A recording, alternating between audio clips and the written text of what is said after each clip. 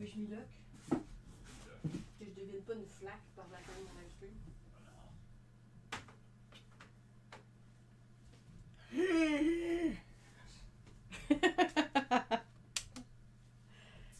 Hey! Où ça?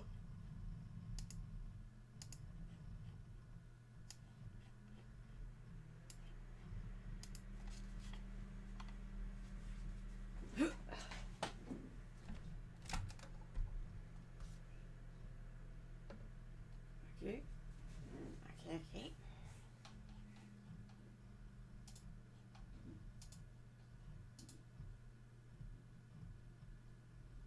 Ah non! Ah non! Attends, attends, je vais t'aider. Qu'est-ce qu'elle a entendu? Elle s'est sauvée en courant. Elle a comme eu peur. Je pense que c'est quand t'as ouvert ta boîte. Bon, ben, ben, écoute-y.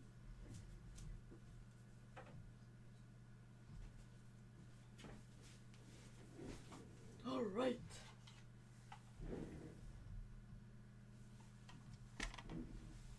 Is this thing on? Sorry. Hi guys. Hello. Hello. Ugh.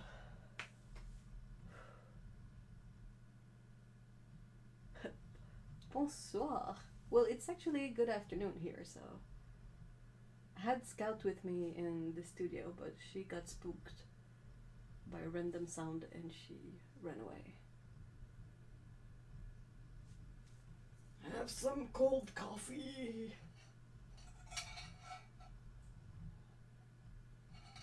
And some water too. Hi everyone, how are you today?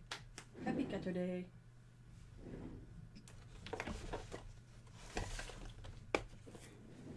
Let's just grab a few things.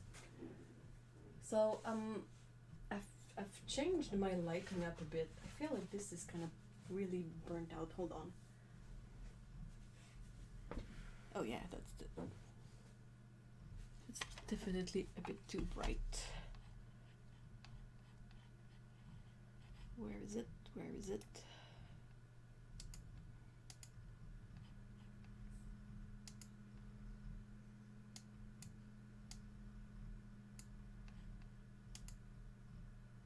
That's much better. I hope. Alright, so this should be a bit better. Hi Elise, hi Misha, hi Lindsay, hi Lee, hi Nicole, hi Mikey, hi Susan, hi guys.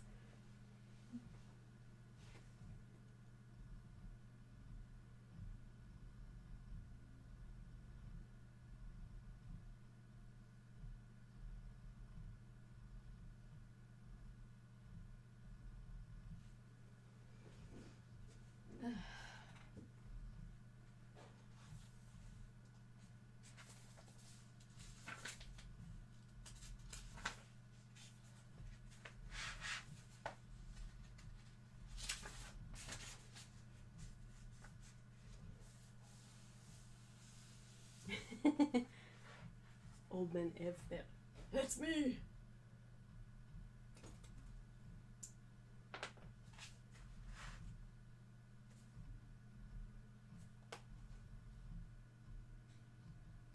This is gonna be really painful. Hold on.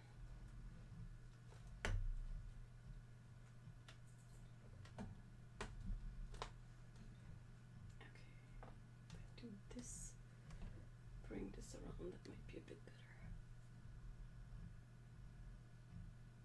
Just in time because the hubby doesn't mind me eating behind the computer after he has been.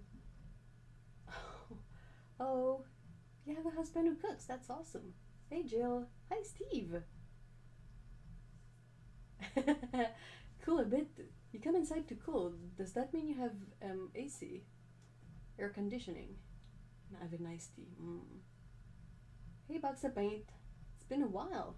How is Emerald? Emerald is a kitty, by the way. I'm hot. I'm already sweating. I have a fan in here, but it's probably gonna be really loud. So I will test out the fan just so you can hear the noise level. But yeah, I think it's gonna be too loud and that the mic will pick it up.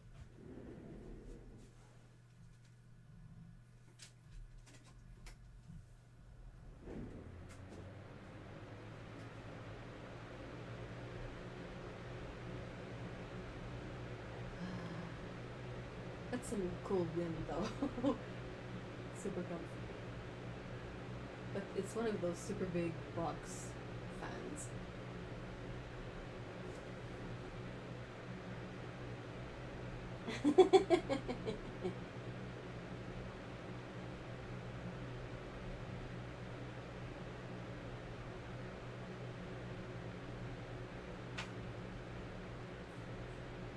It is refreshing though, so what a bummer. Hey Patricia! Oh my gosh! We're so happy to see you in here. People have been a bit worried because you were kind of either lurking or just not there for a couple of weeks. And, you know, with the way this year has been going, I think everyone, and with reason, sort of worries whenever something is different. We are so close. Should update your things. Yeah. It's easy for sure. That's a gardening. Filming a commercial in the garden on Tuesday. Really? Wow, that's so cool. I really, really love the photo you sent me of all the crocuses. That was very pretty.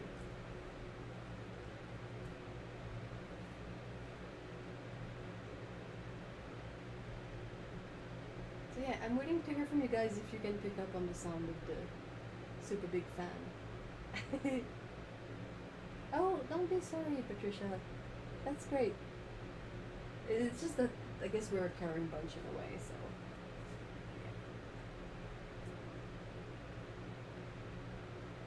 Mikael says my neighbor was throwing out a cedar hope chest because the hinge was broken. I'm sorry, what? And I asked him if I could have it. He said yes, I'm cleaning it now.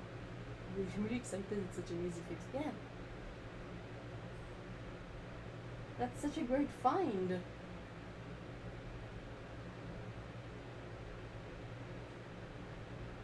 reminds me a bit of there's a local blog that I like to check every once in a while, but the guy basically digs in the trash. Yes, we can hear the fan, but please. Well, yeah, I mean, if the fan is bothersome, I will just stop it. Fan's loud. I'll just... I mean, it's loud for me too, so... I'll see if I can pick up the other fan we have. Hold on.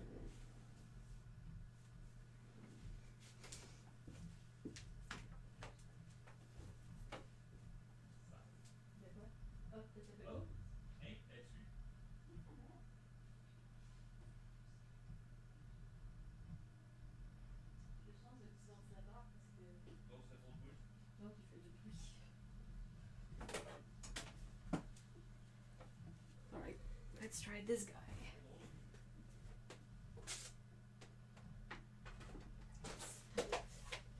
Really in my face. Oh my gosh, what's that? Oh. It was cat hair, unsurprisingly.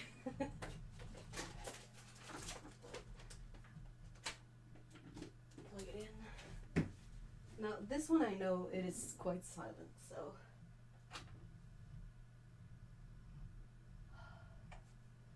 So lovely. Nice.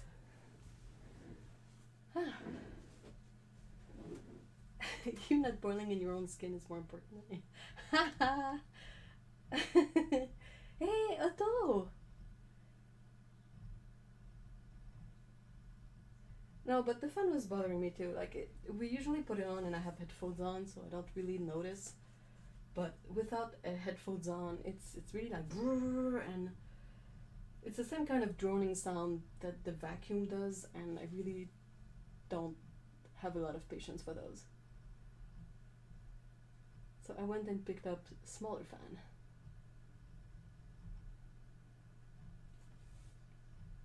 Hey Phoebe, hi!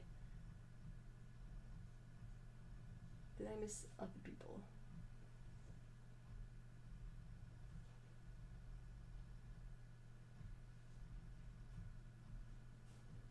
I found a really nice way to deal with my tension headaches yesterday. Because I was starting to get one, and they really suck. And it's not ideal in the summer because it's hot, but the only thing that I find works is putting on one of the scarves I have, which is what's the word for it? In French they're called pareo. It's like a big sort of towel or surface of fabric that you can sort of wear as a skirt, wear as in many things, but you can also wear it as a scarf. Yeah, the little fan is absolutely quiet, which is great. But yeah, and I wear this thing as a scarf, and it adds warmth exactly where the muscles tend to bunch up, so it helps them relax, and that's the only thing I've found that really helps me with tension headaches. So I was happy with that.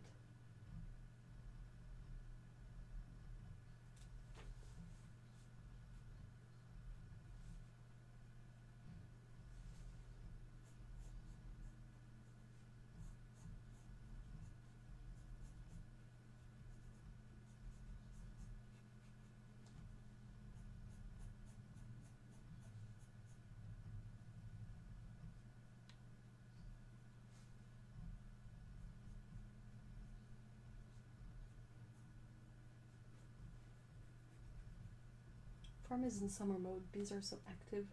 Hope a good honey year. Oh, I hope so too. We're digging new potatoes.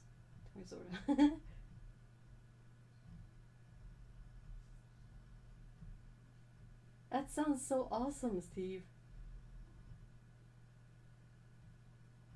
Like oh man, can you imagine having like fresh potatoes? That sounds so cool.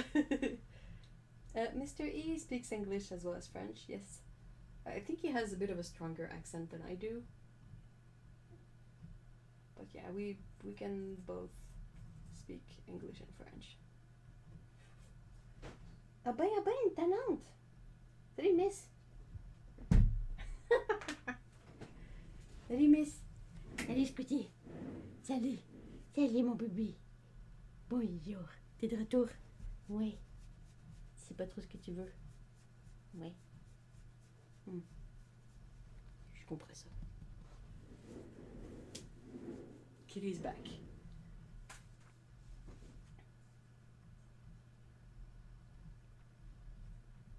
Oh, don't worry about it, Patricia. We're just glad you're good. Hey, Dan. Hey, Marg chat. Hi. Is your name like Margot or Marguerite? Marguerite? I can't say that in English. That's so weird. Elena. Hey, Annette. Hi, guys. Guess who wouldn't take their medicine? That's definitely a cat.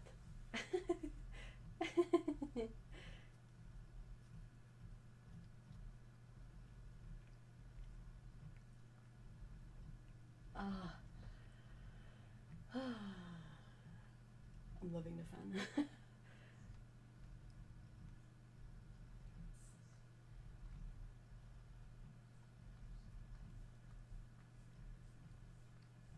Hey, Mallory. Hi.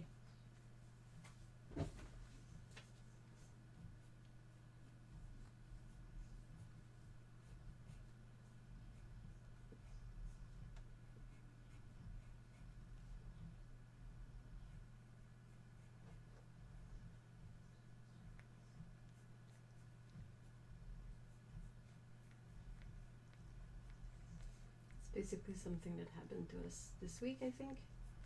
But we went out for a brief walk, and it was kind of dark outside, but you know, with summer rain, you never quite know when it's gonna break and fall. So we were about to head home, like we had done, but we were by the end of our walk, and just as we were getting back on our way, we start hearing this sound. Oh, the audio is quiet. Crap. The audio wasn't quiet. Okay. Well, hold on, guys. Let's see. How do I fix this? Microphone.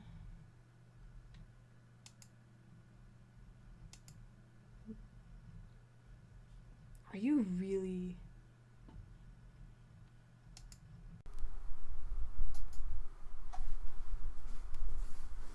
Okay, so how is this?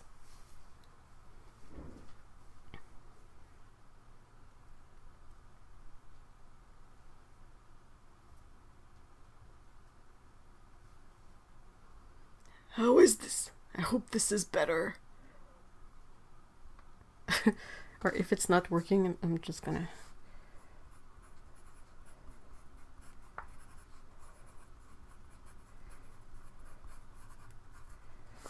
There.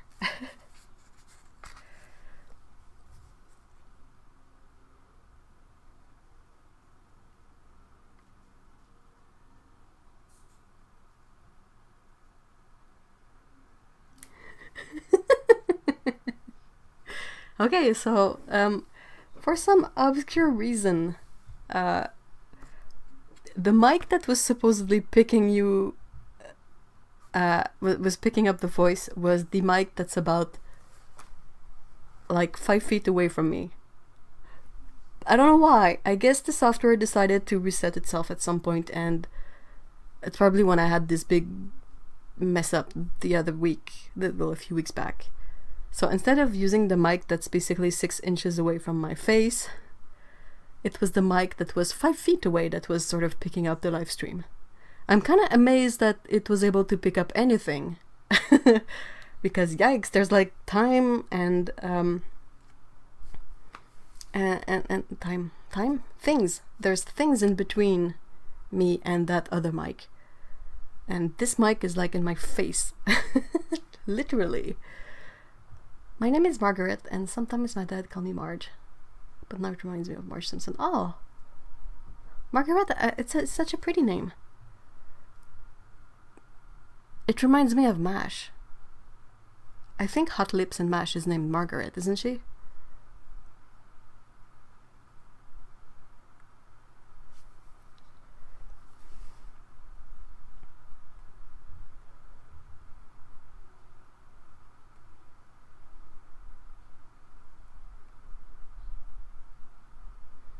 No, I don't think that's why the fan was so loud. I think it would be louder now because this mic is closer to the fan than the other one was.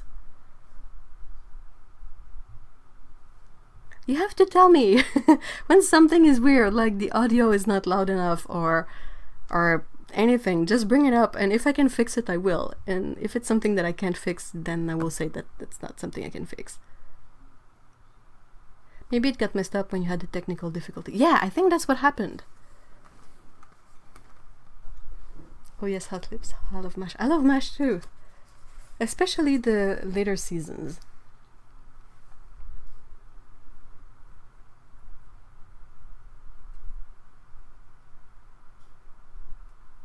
I've switched fan. Now the fan that's on makes very no noise.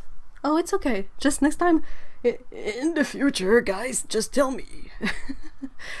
because I sort of can't really test this stuff up. MASH is wonderful. I'm amazed that it was still audible last week using the other mic on the other side of the things. Oh, no you don't, Otto. You're always there with all the links and you bring up super nice ideas and subjects and questions. I thought it was my end and I didn't want to be rude. Yeah, I know. That's what I usually default to whenever, like, especially before, because now that I make streams and content, I'm sort of more aware of the shortcomings that can happen and what someone sort of can know and can't know. And yeah, if you bring something up like that, I will not see it as rude. Trust me, it takes a lot. It takes some really special comments to make me mad. I'm not very good at flame wars. So by all means, please mention it if anything.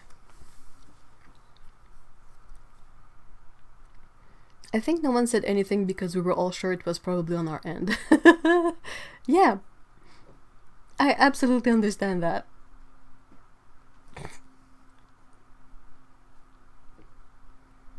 Alright.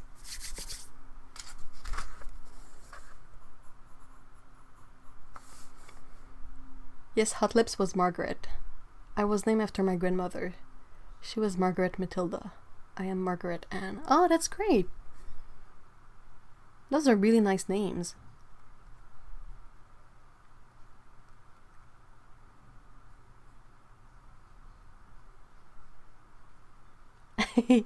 Yeah, and I think that would apply to other, like, whenever there's a live stream or just a video, you mention it and you see if people are like, no, I'm fine, no, it's fine, then it can really help figure it out. But yeah, I mean, it's not the end of the world, but if the problem is making the stream less enjoyable for you guys, that's for sure. I finished my sentence and the rain was upon us and it was a shower.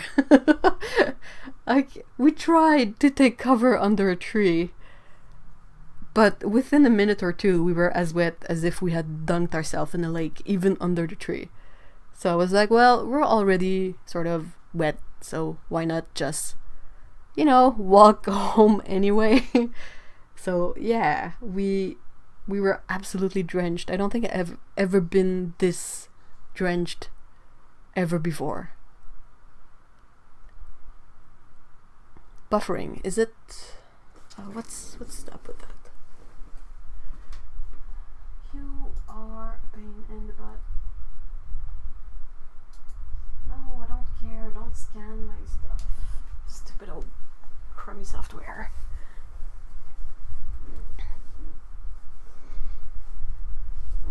My son says I say things strangely all the time.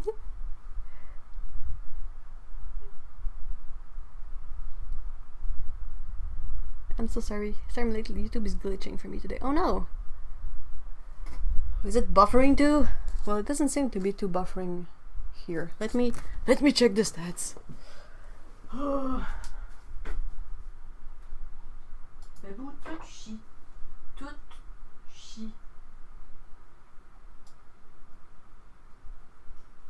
is it an excellent connection or is it not? Can you sort of... I would suspect it might be YouTube, but...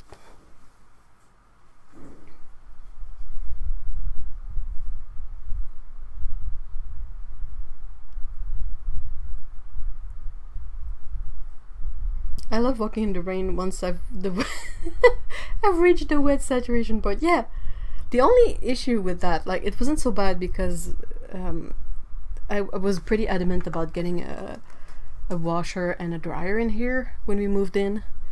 So yeah, basically what we did is we came home, we took all our wet stuff, we put it directly in the wash and washed it straight away, and then dried it up so it doesn't add to the humidity already. But our shoes, oh my gosh, it took a few days for the shoes to dry off because they were wet beyond. I don't think there was anything that wasn't wet. Even in my bag took the water in, like, and almost as we got here it stopped raining, It's one of those summer rains.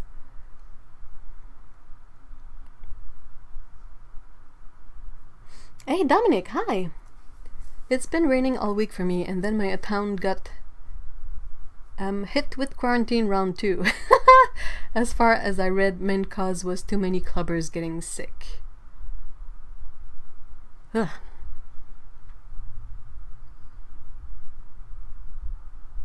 What town is it? From the news, I've seen that Arizona seems to be having a really hard time, and I just find it a bit weird that people think that the thing is the corona is gone. Like, it's not gone. It's definitely not gone, but it's a tiny bit, like a tiny bit under control, but not enough under control that we can go back to doing exactly what we used to do. Oh no!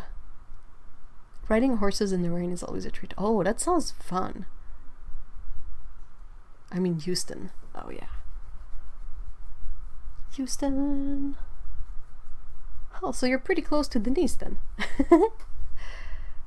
Susan says, don't mind rain, but you have to be wearing the right shoes. Once I got drenched while wearing my nice leather boots. Oh, oh no. Oh no.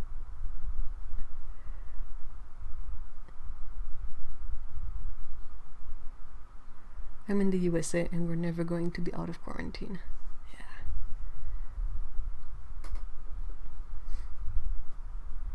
Yeah, the thing is that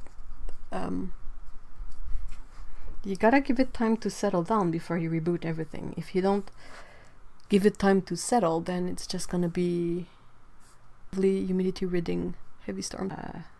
Yeah, like a lot of rain all of a sudden. So that was funny. Alright, so what else has been pretty...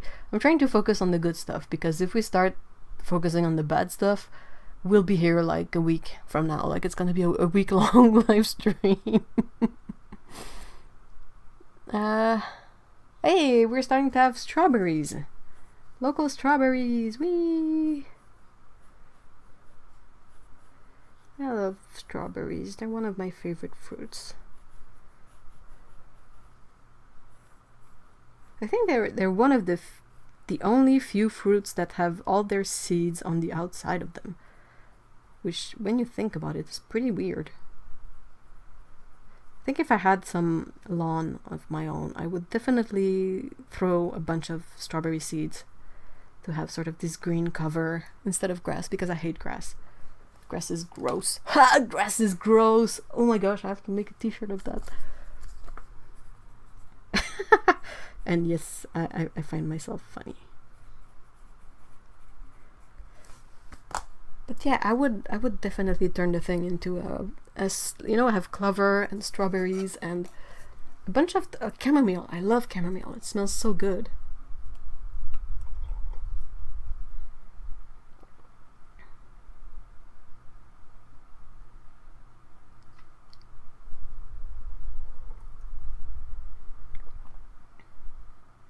Oh no, is this stream being a pain in the butt again?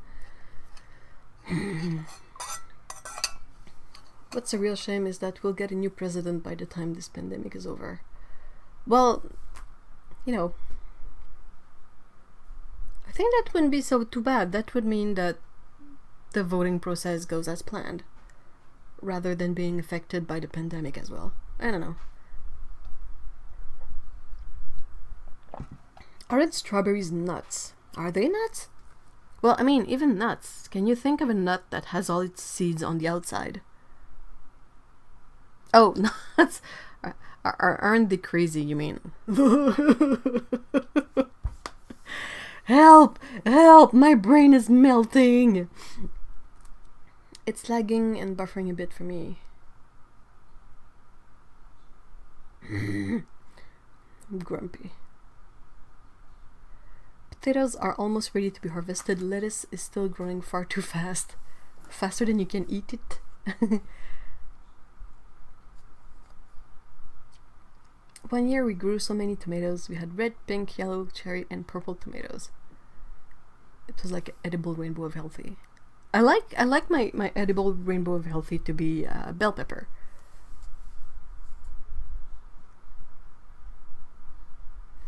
Patricia says, good stuff. My sweet landlord dug out several overgrown flower beds for me, so now I'm gardening obsessed. Oh, that's so great. And I mean, it's a positive thing for your landlord too, because it means they have someone that will care after the lawn and make it look good. I'm not. I used to help with gardening, so I kind of know a few things, but I'm not good at making stuff grow on my own. So if I was that landlord, I would be quite happy to have this kind of help. I miss strawberries, can't have them anymore. Aw. Well, you have the memory of them, so I don't know, that's better than... Sometimes I feel like the memory of certain things is even better than a real thing, because either the thing has changed since then and it doesn't taste the same anymore, or the memory is much happier than actually reliving it. Like one of those things, let's just say craft dinner. As a kid, craft dinner is pretty awesome, right? I mean, you're excited, you're getting craft dinner, this is great.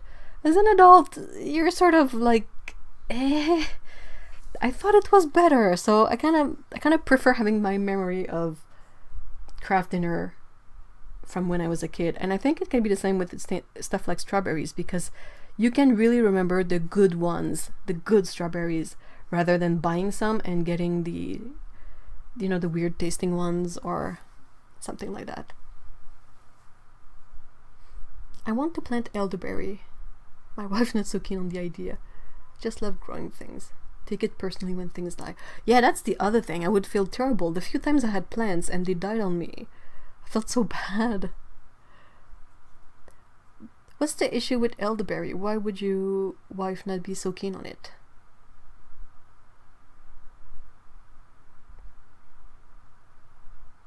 Faster than I can eat my neighbors, and I even feed some to the chickens. The strawberry plant belongs to the roses family, but the berries are nuts. Oh, they're actually nuts. Whoa, what? Crazy. That's so interesting. The same way like tomatoes are fruits and avocado as well, I think.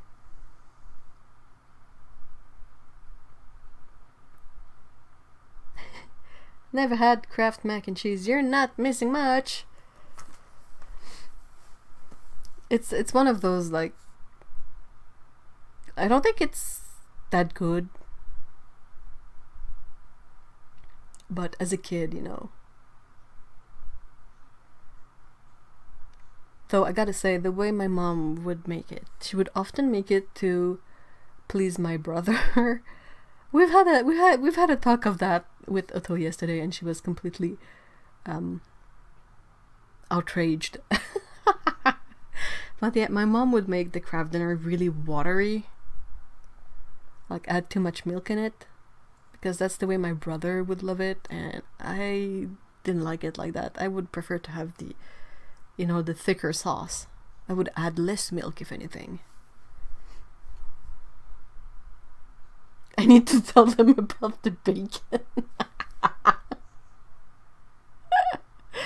Oh, okay. So, the bacon. Thing is, just a quick context. I have a brother that's 6 years younger than me. 6 years younger than me. Yeah, that's what I mean to say. And he maybe was a bit more picky. I don't know what it was, but most of the meals my mom would cook, not most, but a lot of them, she would sort of tweak them so that my brother would enjoy them, and not necessarily ask if it was to everyone's taste. And one of the famous thing that I remember, one of the strongest memories, is the way she would cook bacon, and she would cook it in the microwave. I think it was just a plate, a bunch of paper towels, bacon, more paper towels on top, and then one of those plastic covers for the microwave, and she would cook it like that. And it would never get crispy. It would be like chewy and sort of half cooked and like gawy, this chewiness, and because that's what my brother liked, and I thought it was gross. I don't think I was a very difficult eater. I would eat whatever they would put on my plate mostly, except for tomatoes. This I could just not stomach. But oh man, I'm never cooking bacon to be that soft again. Ever, ever, ever, ever, ever. Add blue food coloring to mac and cheese to make it green. Like green eggs and ham. Fun with grandkids. That sounds like a Halloween meal. Oh, it was dreadful. I mean, I remember like gagging on the bacon because of the texture. Like you would try to chew it, to swallow it, and it would never really be chewable. It would be too squishy. And yeah, I remember the most common occurrence of that was in Caesar salad. So it would be the lettuce, that half-cooked chewy bacon, parmesan, and croutons, and I never really liked Caesar dressing, so I wouldn't put any. My mom was the opposite. She'd cook bacon in the oven and it'd be black shards. It was gross. Yeah, that's kind of too far. But you can cook it in the oven and it's nicely crispy and good.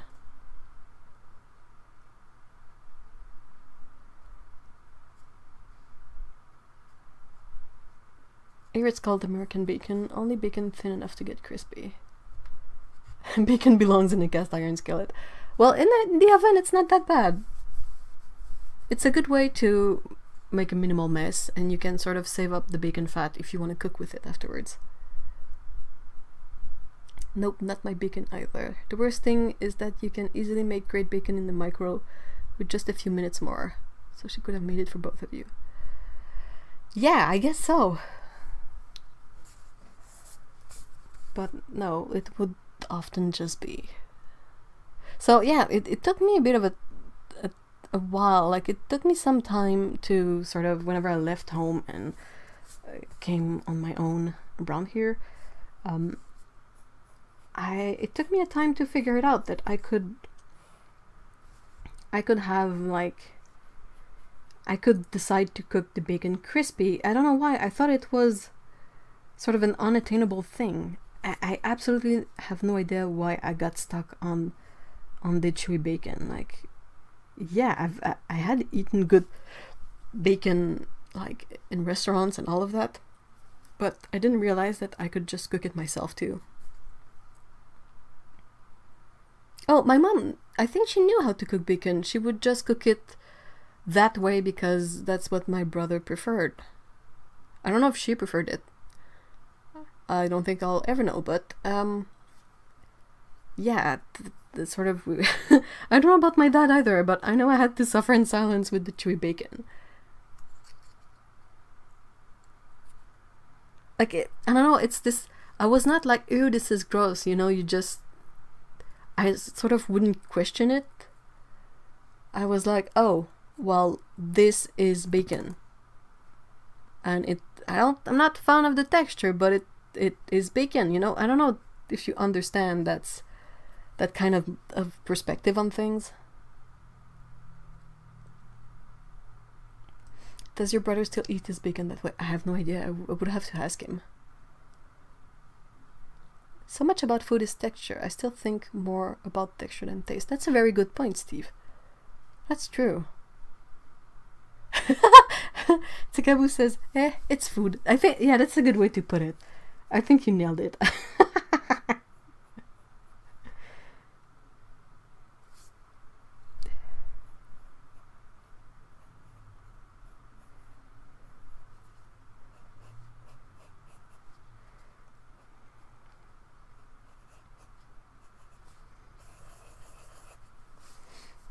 I think it was mostly what I sort of did as a kid, because there were a few instances of foods that I really, I like, the moment I left home, I never ever cooked those or made those ever again. But you know, it's not like I could cook my own meals whenever I was 8. So I would have to deal with whatever was the supper, and I wouldn't, like, throwing a tantrum is not my style. So yeah. My sister was very picky about her drinks, and my parents only bought what she likes. Ah, that's terrible. I'm not a fan of that mindset, and I speak from experience. Hey, Alex, hi. Fresh spinach is great out of a can. Wait, what? Spinach in a can? Why? I've had peas and I've had asparagus from the can, and those are disgusting. For a long time, I thought that asparagus were a nightmare, like a mushy brown-green nightmare. And then one day I was at the grocery store and I saw fresh fresh asparagus, and I was like, huh, well, they look good. And I saw someone like pan cook them, like pan fry them, and I was like, huh, I gotta try that. And yeah, surprise, surprise, they are amazing.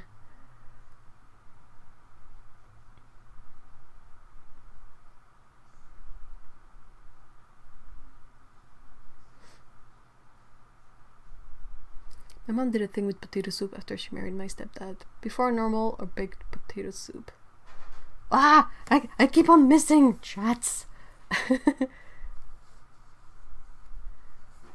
Only corn in a can is good. That's a very, very good point. I'm trying to think. Beans in a can are okay, but they're not exactly a veggie. Corn is good. Yeah, I think corn is the only one that's like good out of a can.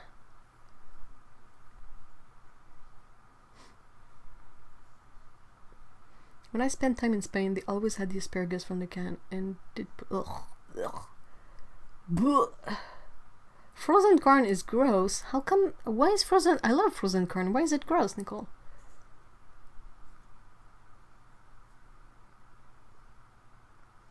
Have a good dinner, Lana. We're talking about food. Hey, the glitter crayon. Hi. Welcome back.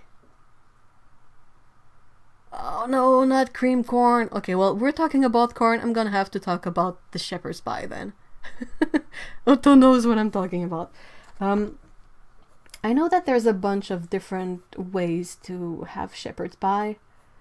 The one we have around here, oddly enough, the name would, if you were to translate the name literally, it would be like, well, I don't even know how to translate it. Because, yeah, it's a bit of a... But technically we call it pâté chinois. And I don't know why. It has nothing Chinese about it. Like, absolutely nothing. But it's always been called pâté chinois here.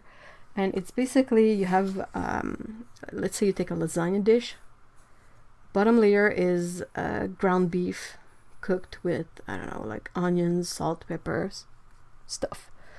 Then you have a layer of corn. And then you have a layer of mashed potatoes. Okay, that's technically like the way it is made. It might sound weird. I'm not a fan, so I'm not gonna say anything about that. But that's the way. Same asparagus story. I thought my mom tried to kill me with mushy asparagus. It was so disgusting.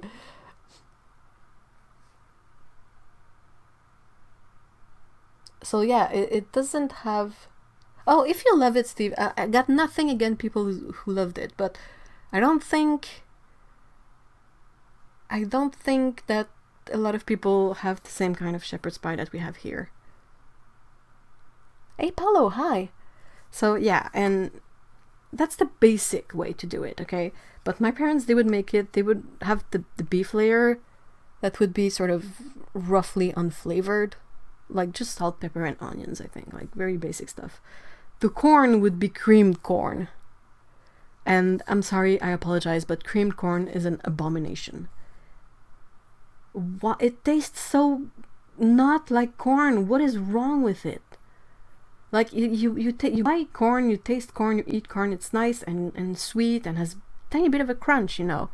And creamed corn is like sort of bitter and salty and tasteless. It's nasty stuff. Sorry, but I can't. I just can't. And then the mash layer. I don't know why they would make their mash that way, but the family always made their mash with extra butter and extra milk in it. So it would be kind of runny a bit. It wouldn't hold its shape very well. It would kind of just spread out. Creamed corn is basically... it's not cream. It's like really as if you were to blend corn to make it a creamy texture, I think. But it's just disgusting. Just never. Don't. But Chinois sounds the... Well, it's Chinese and French. Chinois. But yeah, so the beef, the cream corn, and the liquid mash. Basically, whenever they would have to serve it with a big spoon, and it would look... I apologize. It would look like puke. It was liquid, like, and I didn't like the taste all that much because of the stupid cream corn in there. So I tried to put ketchup on it, and you mix the ketchup into the thing and it becomes pink. So it's even worse. And yeah, that's something that I don't plan on ever eating again. Just Googled cream corn. Yeah, don't.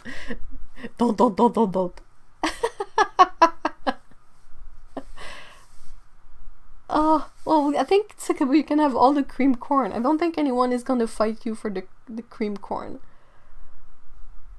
I think you use the husks of the corn to make the cream part. Oh, I don't know, but it's...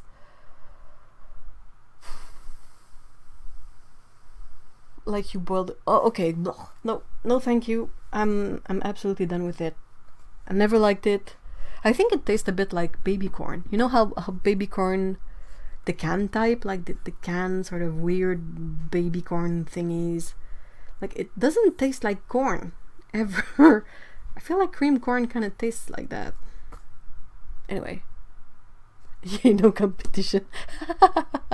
You're gonna have all the cans, and we're gonna fight over the non-creamed corn.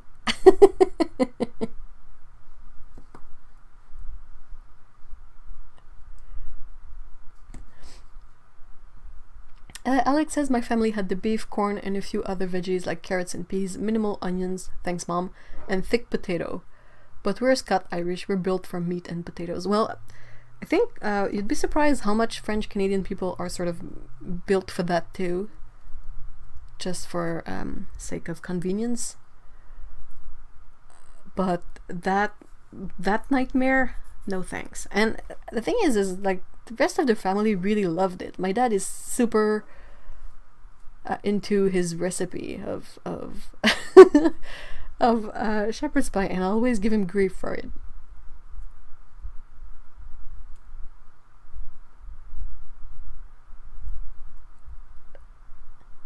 The recipe seems nice, although I was looking at the original recipe, which is Native American. Is it? I really don't know. I've heard so many different stories about where that stuff, that pie came from. I don't know why it's a pie either, because crust is just a layered bunch of things in a container.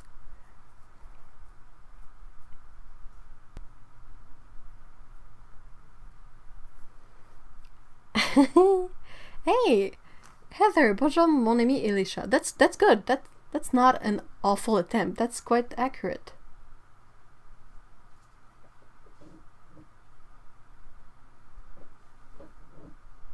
Shepherd's pie in my house was ground lamb, mashed potatoes, and corn, peas, carrots, with lots of spices and onion and garlic. That sounds a bit better.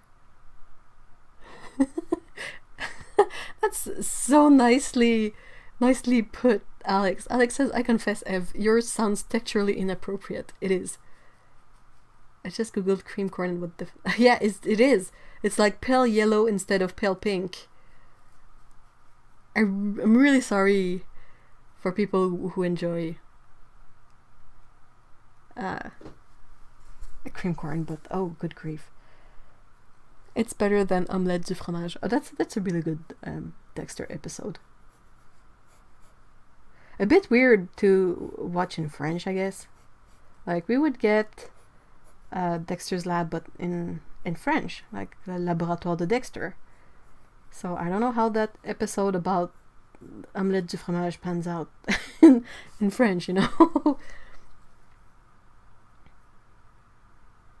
I've had cream corn before. It's not bad, just depends on how it's prepared. I've never had a good version of it, so I'll trust you on that, but yeah, I don't want to eat it anymore.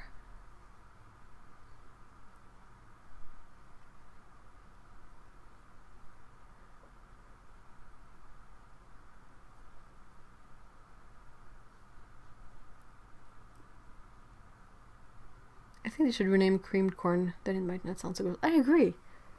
Especially if it has nothing to do with cream. But what would they call it? Like, how could you call cream corn in a way that doesn't sound disgusting?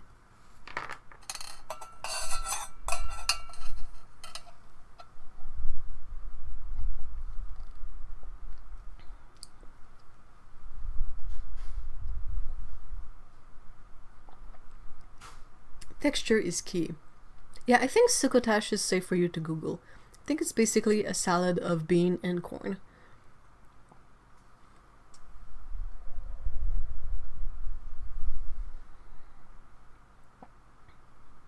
Recently, my mom and I visited a local donut shop and we were like, why have we not been here sooner? That's a good question.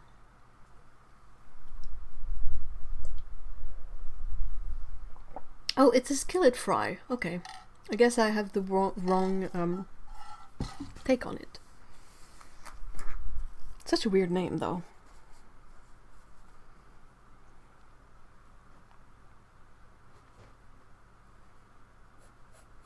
I'm trying to draw cats putting together a strawberry shortcake.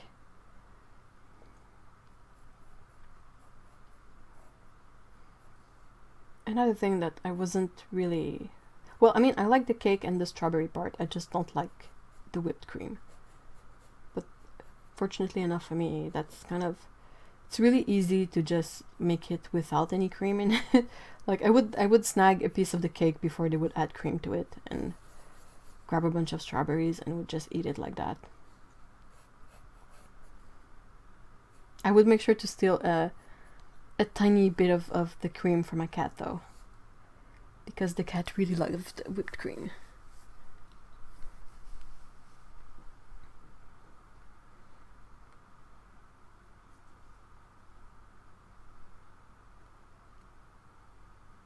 Corn mash? Oh, that's a good way to put it.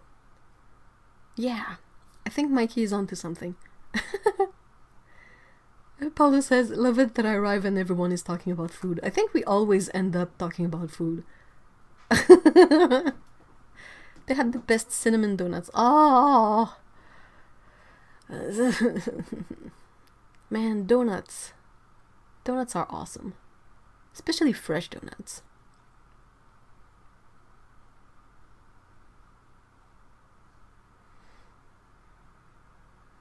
Sauerkraut, potted meat of some kind, and potatoes with other bits. That sounds like a really easy to put together meal, at least.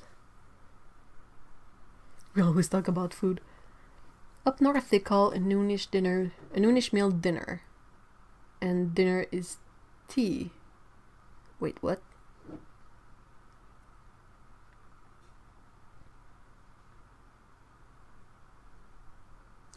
What? Wait, I'm sorry. Well, what's a chub, Heather? I'm kind of terrified now. I didn't know they would freeze creamed corn. That sounds nightmarish.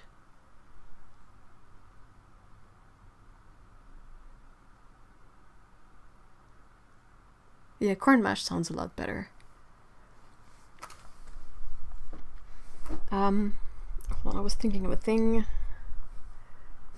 Here we have breakfast in French is basically translation of breakfast. Lunch we call dîner, which you write basically like dinner but with only one N. And dinner is souper most of the time.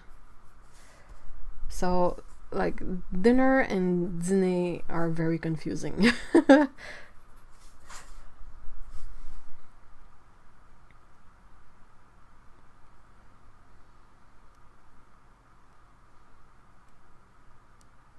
Maize à la crème. Well, if it had cream in it, I guess. But it's not even actual cream. It's like... It reminds me of when you make papier-mâché glue by boiling water and flour. It's that same kind of gooey texture.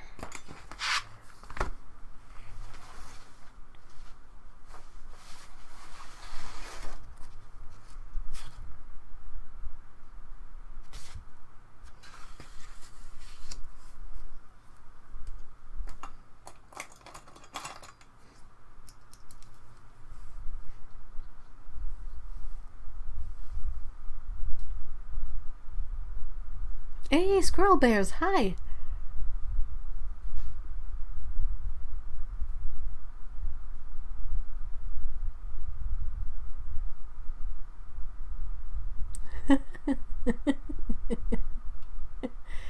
Oh, okay, so Nicole, how should I I think, I know you wrote about it, but I think I would redo the whole upholstering completely. Like, see if you can remove and like everything and put some new fabric, put some new stuffing if it has stuffing. I think it's gonna be easier to care for if you redo it anew.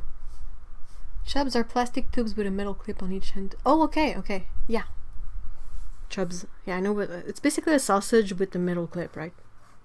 Yeah, I've seen those. Okay, I didn't know it was called a chub though. Petit déjeuner, that's France. I don't know what French people do.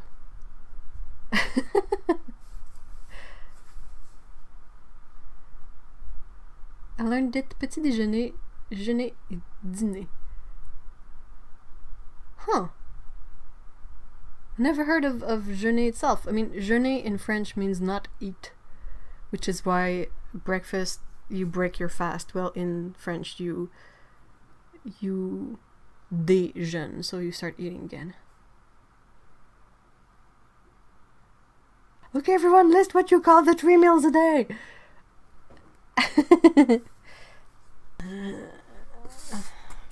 Why are pastries so fattening? They're so good. They're made with like butter and sugar. Oh.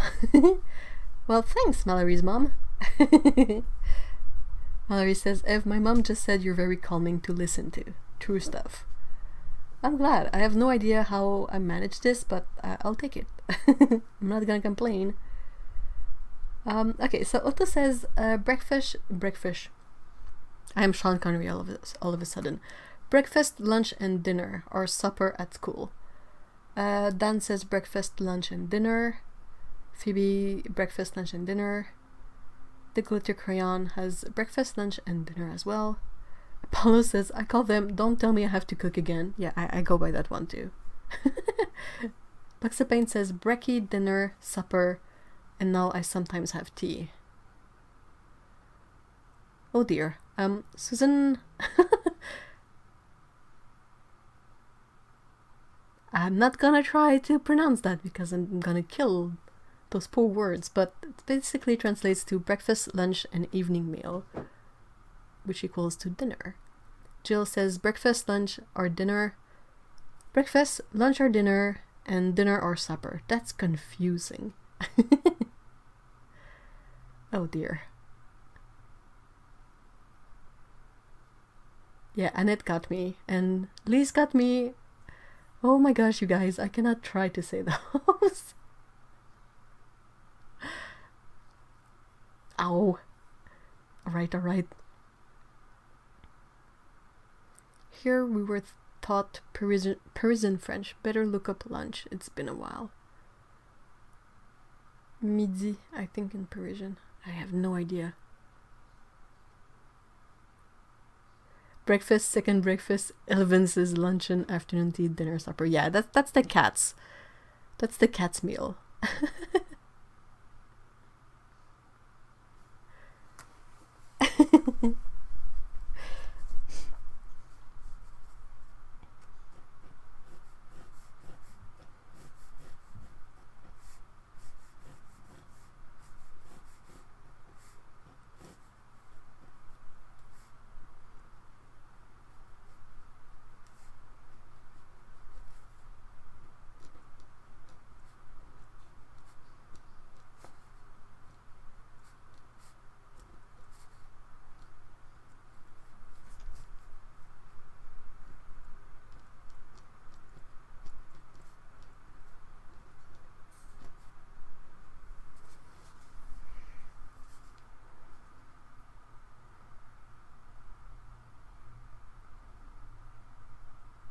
The cream in creamed corn is made by scraping the cob to obtain the connection point of each kernel. As it flows down the cob, it is milky in appearance. I'm assuming that's already got creamed. Yeah, but it doesn't taste good, so why do they do that? I'm sorry. Man, the description does not help its case. I agree, though. Thanks is practically twitching. Kitty meals are referred to as breakfast because we don't always eat it and never ask what do you want for breakfast or anything. Oh no.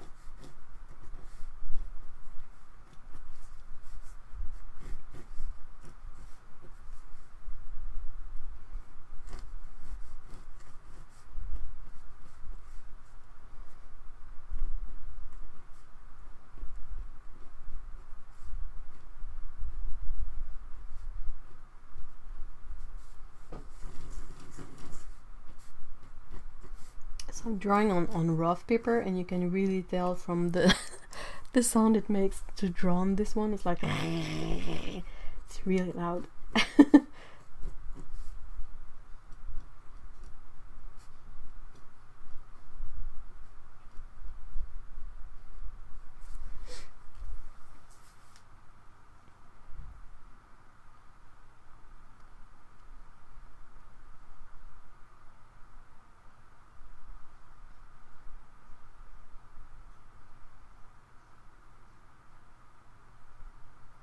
Oh, poor Dex is so confused. I'm so sorry, kitty. You hear all these noises coming from the machine, and there is no meal in sight. That's not fair. Does anyone else's cats get super confused whenever sound comes out of, like, their phone? Or for us, it's either our smartphones or the answering machine, the old school answering machine we have. Whenever we play these on speakers and someone is talking, the cats get really, really confused. They come over and they start meowing nonstop, and they have, I don't know why, it really bothers them. They don't get angry, they don't attack, they just get really noisy and in our face.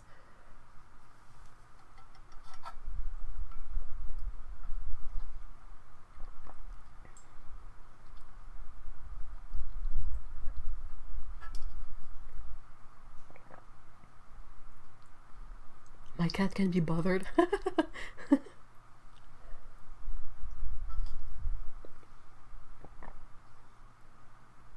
We noticed it when we had kind of a video call with some of Mr. He's family. Like, they would talk and we would hear them through the speaker of the smartphone, and the cats were really, really like losing their mind over it.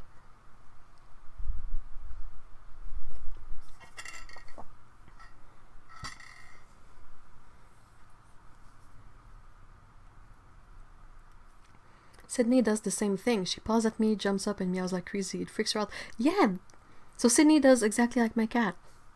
Well, both of them, actually. How is Sydney, by the way? I think of her whenever I see a black cat outside.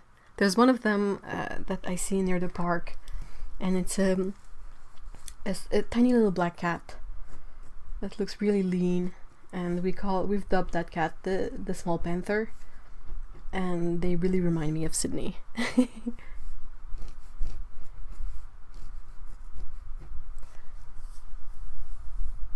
Kit Kat get upset if we play kitten noises. She looks so sad and tries to find the kittens for an hour after we stop playing. Aww. Poor Kit Kat. Was she ever a mom? Any suggestions on pre-cat proofing art spaces, or just general don't leave these things out? Okay, just a few things off my head. Though Heather is there. Heather knows about cats. She's our resident cat lady. Resident cat expert. Don't feed your cat avocado, be careful of that. Make sure dental floss is always fully in the garbage, and it's a garbage that closes so the cats can get to it. Be careful not to leave any thread or, if you sew, any needles around, because cats will either play with the yarn, the thread or whatnot, but the way their tongues are made, if they start swallowing it, they can't stop. So you gotta be super careful, because those can create a lot of problem in their digestive tract. Hey Mallory, thank you so much for being here. Have a nice weekend. If you have fresh paint or a palette, make sure to put some paper or something over it. Watch out for brushes. They might try to eat natural hair brushes, or fake ones also. What else? Make sure you empty your paint water after each session so they don't drink in it. What else? I actually had a cat who, when my mom called and I had on speakerphone, would come up and join in the conversation. Okay, so you guys, there seems to be quite a few cats who behave like that too. So that, if anything, that only makes it more confusing, right? Because you're like, why?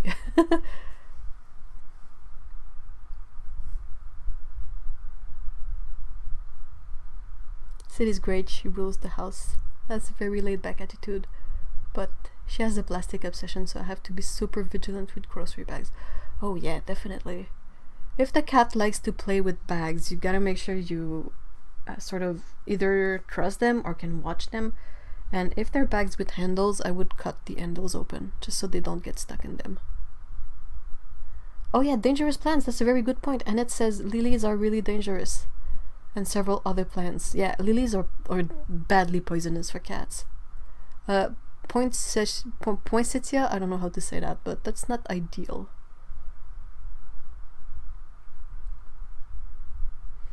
Heather says, keep scissors with the dental floss and cut it into very short pieces. That's a good idea too. Oh, thank you for being here, Glitter Crayon. I hope you have a great weekend.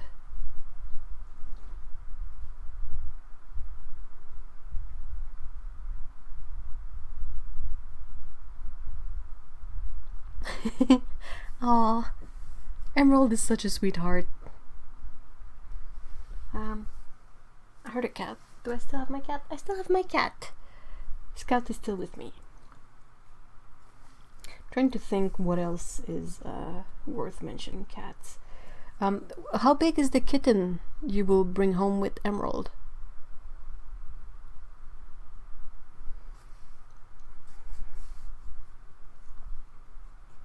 The things with kittens is that they can squish into spaces that you would think they won't fit in there. But kittens are really squishable, so you gotta be careful for that. I know I had to tape off the... there was about this much distance between the walls of the kitchen island, the way it's connected to... Anyway, and Pico tried to get in there and she was halfway through. But the thing is if she got in there, I don't think she could have come back, you know? There was not really a way to do 180 and come back, so I had to tape that off. Oh, Otto has found a great link of tips, apparently.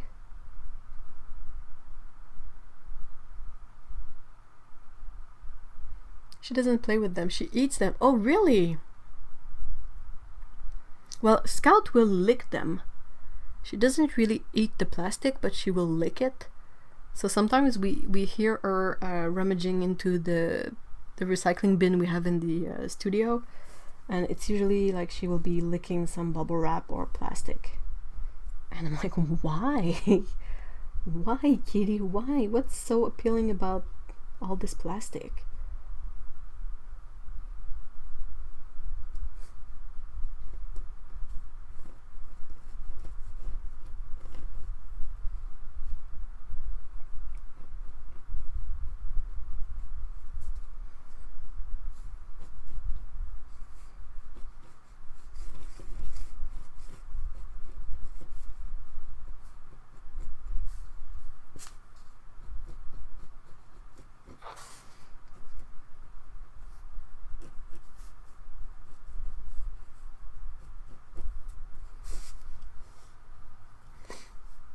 Never leave your washer or dryer open, and always sort laundry for kittens.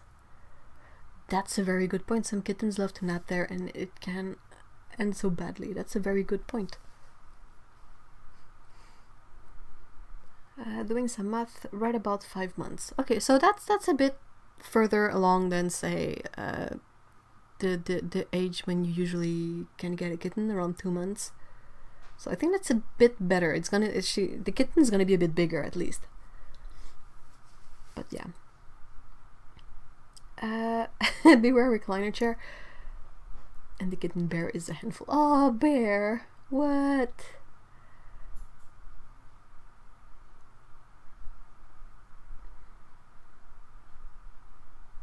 Dexter climbed into my partner's computer desk as a kitten. What?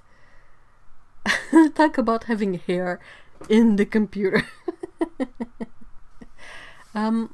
Yeah, the scratching post thing is a very good idea too. The thing is if you give them an appropriate place to scratch their claws, they might not develop the habit of doing it on like sofas and stuff. They might do it on sofas anyway, just to spite you. Like whenever they want something and you're not paying attention to them, they might scratch their claws on there then. That's what happens with ours anyway.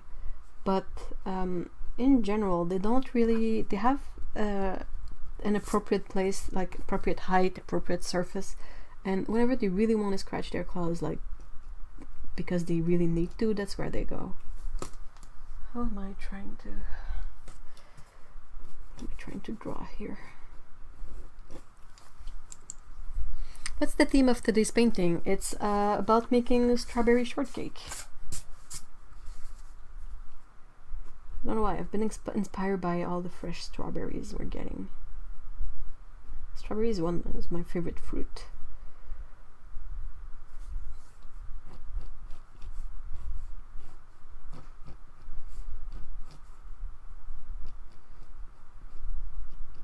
I would make strawberry shortcake but with Nutella instead. And some of you might be like, yeah, but it's not gonna be all refreshing and light. But I'm like, yeah, but the Nutella is much better than whipped cream. Whipped cream is basically just butter that you haven't whipped enough.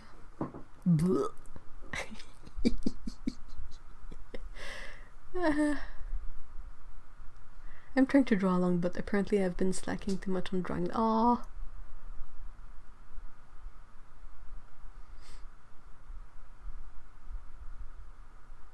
Relax with my cutting boards, yeah.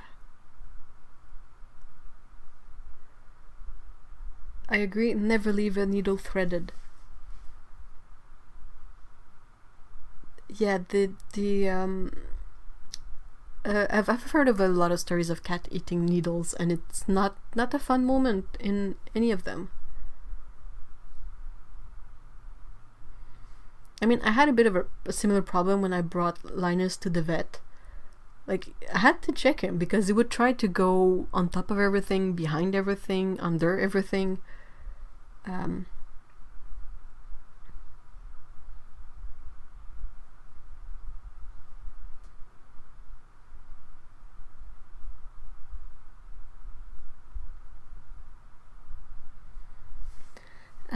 I pet safe.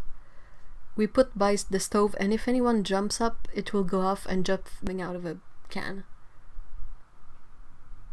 Susan says, yes, when he doesn't get food after meowing for like forever, the chair gets it while he is looking at me. The fun of a cat on a diet. Yeah, exactly. They know. They really, really know.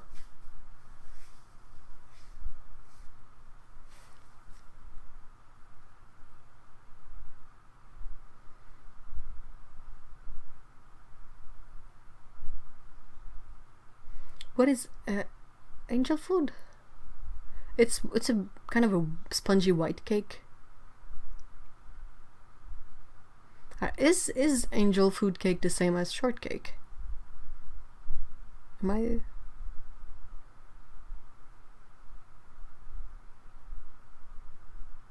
Yeah, I think the cat eat the needles because the yarn, the thread gets stuck on their, you know, the way their tongues are made with all the hooks. Oh, gets see. Can see grab on this. Okay, let's pretend this is a side view of a cat's tail. If I remember right, all the little hooks, they go backwards like this, which helps them when they groom and when they eat and all that. But if they start playing with a thread, it's gonna get stuck inside the hooks and it's not gonna be able to go that way because the hooks will hold the thread in place. So the only thing they can do is swallow the thread. And if there's a needle attached to the thread, they're gonna swallow the needle as well. And it's not cute.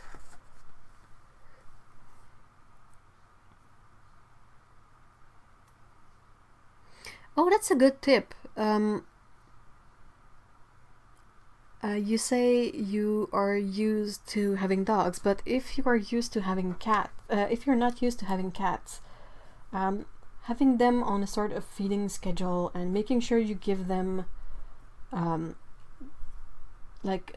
not too much food per day will really help, because I think domestic cats tend to get fat really easily. Like, I'm really surprised that Scout and Pico are not fat, because I've never had a house cat that wasn't fat. But the thing is, we don't leave them food all day long. We feed them at specific times, because they like their food so much they would eat all of it if we left more, and then they would come back begging for more food an hour later. So just gotta be careful. Angel cake is made with the egg whites only. I love it. Well, I don't know. The shortcake my mom used to make, what we called shortcake, was kind of a spongy yellow cake.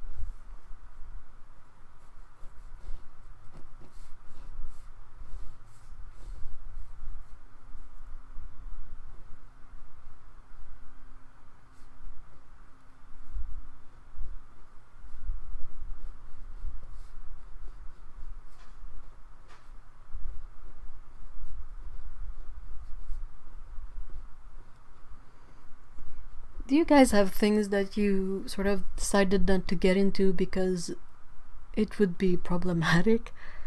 Like, if I had a different metabolism, I think I would really have gotten into baking cakes and decorating them and, making fancy stuff with them. But since I don't really have a way to safely eat the cake or get rid of them, sort of has never happened. But I've always been fascinated with what's the word for it? I have it on the tip of my tongue, but the kind of pouch that you put the icing in it, and you put this special tip, and you can have different look to the way that the icing comes out, so you can make flowers and like artistic stuff. No, shortcake and pound cake, I don't think they're the same thing, because pound cake is like buttery and eggy and dense, and I think shortcake is a tiny bit more fluffy.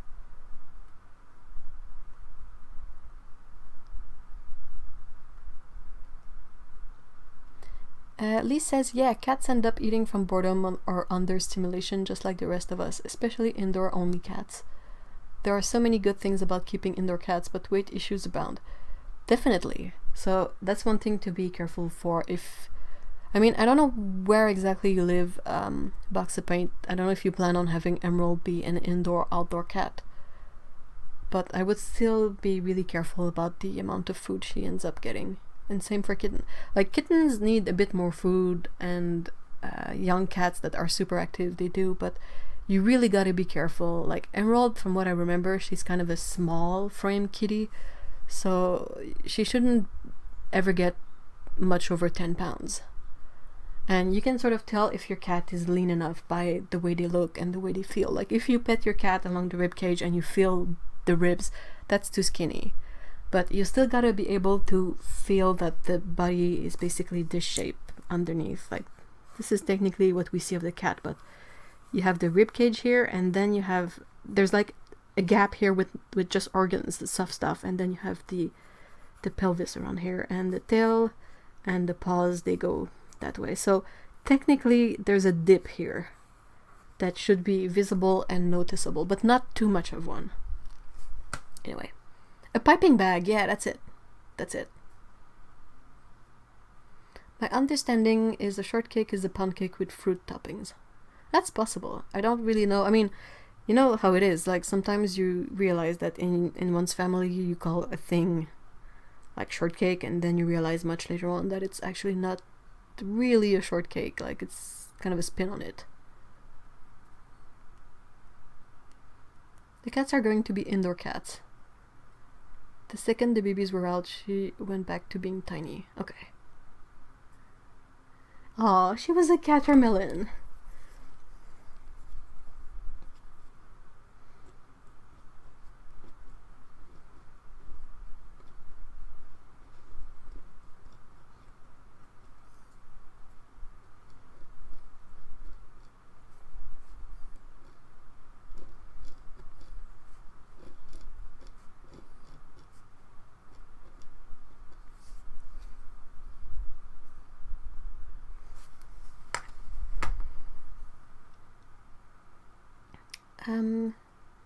Susan says, never been really interested in that, but my dad is a baker, pâtissier, and ice cream developer, so I was able to visit a professional kitchen whenever I wanted. That sounds great. Annette says, I would bake as well. I even had a cake decorating class last year. But who would eat the cake? We both trying to lose weight. Yeah, that... Like, I couldn't eat it, and Mr. E is more of a cookies and pie person. So, eh.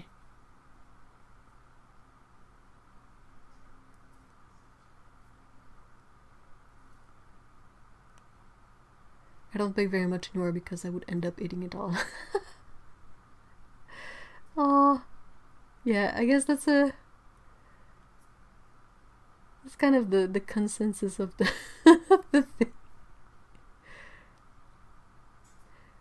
Patricia says, Sydney the cat thinks she should get food every time I go to the kitchen, and she's persistent.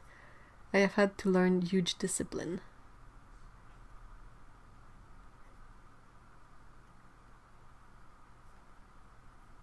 She knows. I mean know when I say ruthless compassion, Sid. And she tuttles. Yeah, it's not to be mean, it's for their own good. I mean, overweight cats, they don't find it easy. So Lindsay says, I love to bake, but I don't very often because of people's health and the amount of sugar and things. Yeah, that too.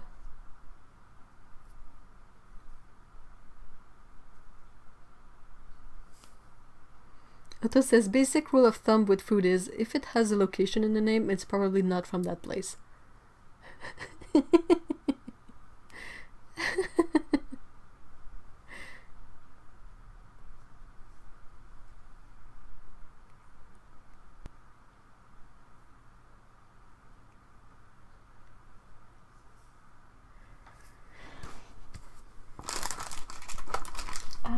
Lee says, my mom has been obsessed with Laura's food intake because she was sick for so long. Laura is a cat, by the way. I've had to remind her that a 3-kilogram cat naturally eats quite a bit less than the 7-kilogram beast she's gotten used to. Yeah, definitely. More than twice the size. Yikes. Apparently my half-sister is a cordon bleu trained pâtissier, apparently.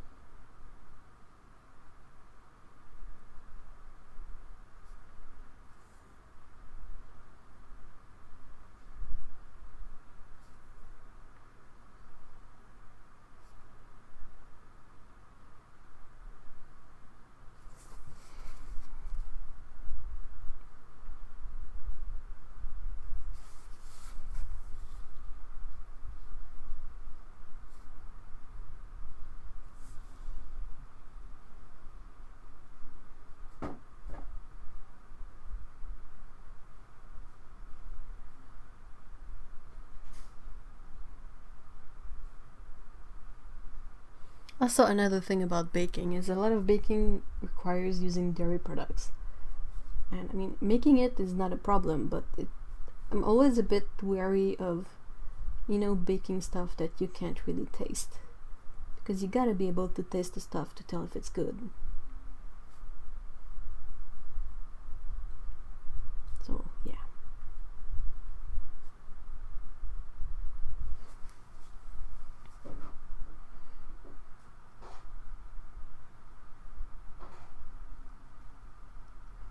Boba Fett can't jump and you can't touch his butt because it hurts him. Aww.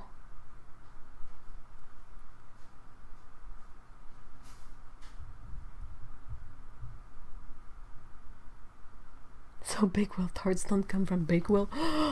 What a shame! What a surprise!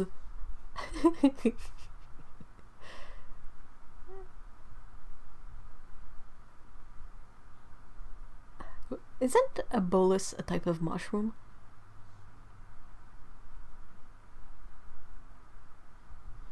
If Mom's mac and cheese doesn't come from Mom's house, I'm gonna be very upset.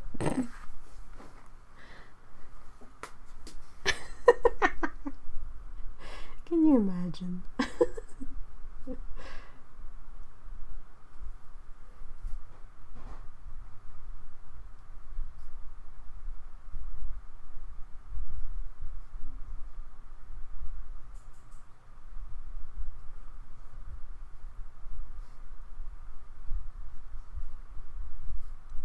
So, the drawing, I'm trying to have a kitten, like, trying to sneakily steal something of the cake here. Possibly a strawberry, because what else can you sort of just grab and go whenever it's a layered cake like that?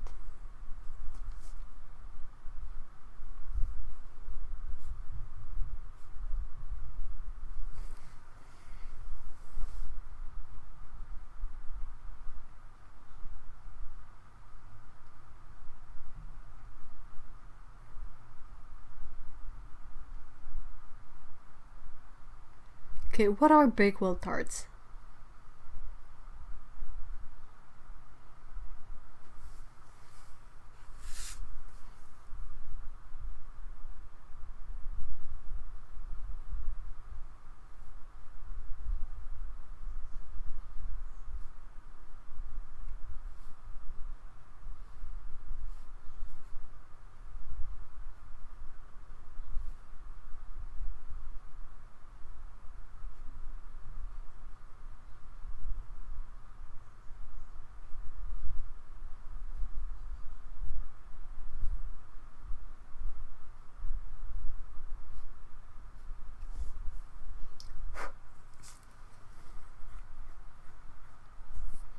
I am now googling a veggie sub for lard. I don't think you can. Well, yeah, you can probably find a fatty substance. But I think if you want to make a substitute for lard, I think you could take any kind of vegan butter and add a bunch of salt to it. Or smoked salt if you have it. Vegetable shortening is really gross. But, I mean, sometimes you have to use it. Like, how can you really make a pie crust without meat products if it's not from that kind of stuff?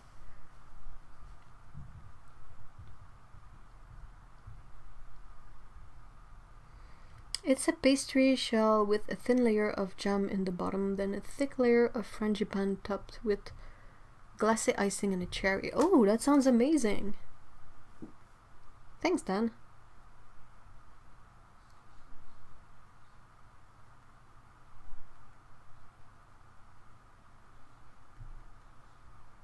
Oh man, marzipan is awesome.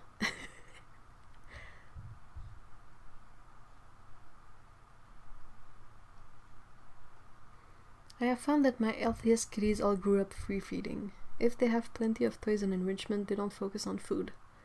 Most cats will keep a healthy weight on their own if kept busy, Heather says. I think it kind of helps that like your cats can sort of entertain each other, but if someone has, like, even with a lot of enrichment, like, I don't feel like my cats are missing out on enrichment, but if they had more food, they would eat it all, definitely. And not like throughout the day in one meal. I think they really, really like the taste of their food, so it's a bit difficult to work with that.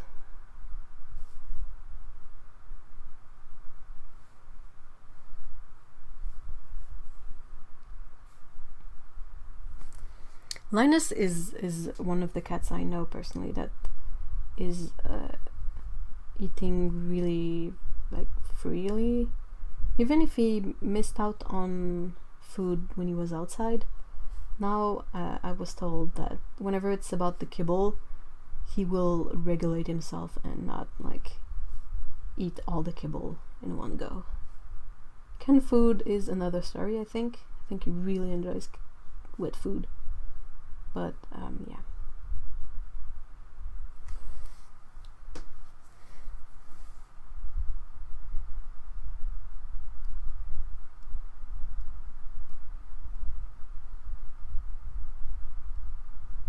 It's icing, almond essence, almond grounds, and cherry jam. That's the stuffing, like the almond stuffing.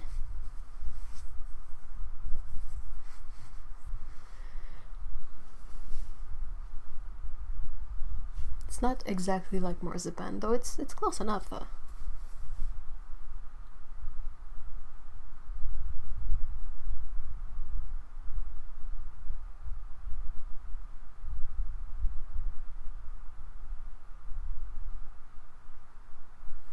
Yeah, Sydney is enriched into her next lifetime and still she walks around with a knife and fork in her paw. Oh, I should really draw that though.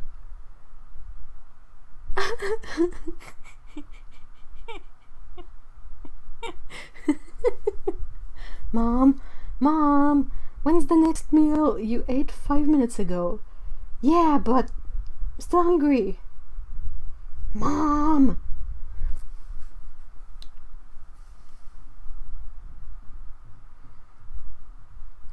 Nicole says refreed Kit Kat and she was fine. Boba Fett would see Kit eating, and even if he just ate, he would put an alpha cat and eat everything, pushing Kit away. Yeah. He'd eat until he threw up. Yeah, that's something that is sadly quite common. I don't know why.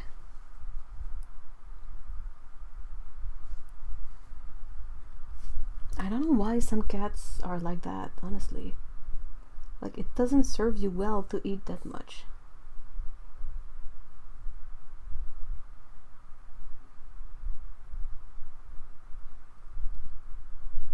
Also, part of why we sort of don't let the cat eat freely is, you know, I've told this many times, but it's related to Scout's allergies. Like, before we knew that she was sort of intolerant or allergic to chicken, we thought that she was just eating too fast, and that was why she was sick so often. So we decided to try spreading out the meals throughout the day, but making them smaller meals, instead of having her, like, full access to all the food. And turns out that that wasn't the issue.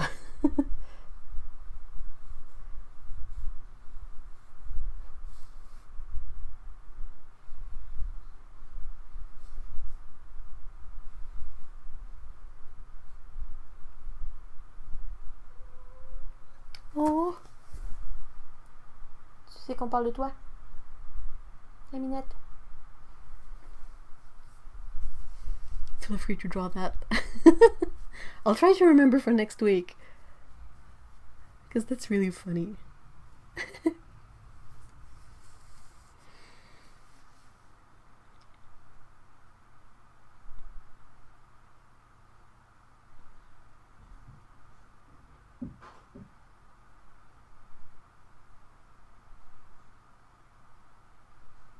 Ew.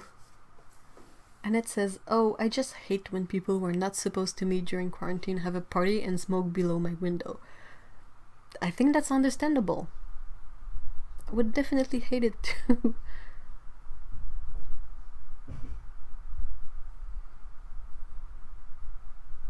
Yuck.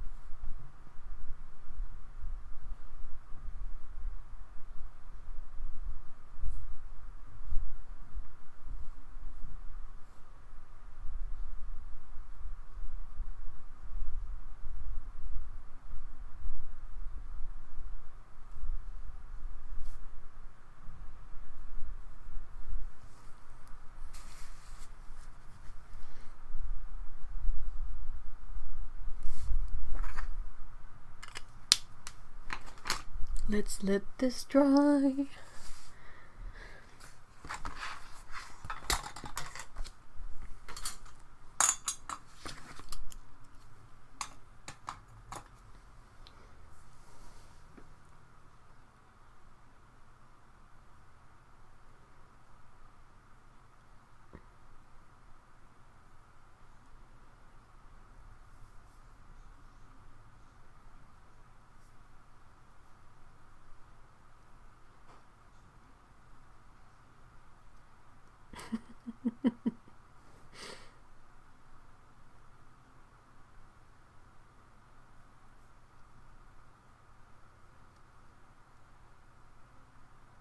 Smell of pot can be really nasty. I think I described it to Otto as a dead skunk on fire. I stand by that description.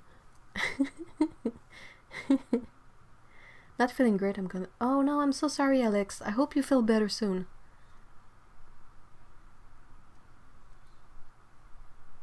Take care. We send love and good vibes your way.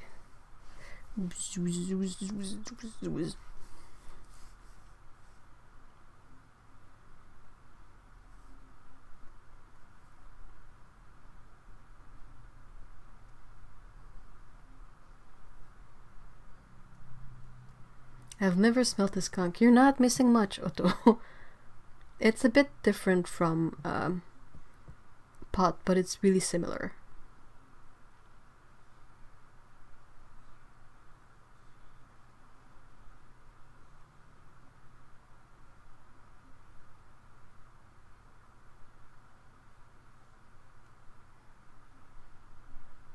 Heather says, in my place, if the food bowl gets empty, mine will overeat when it is refilled.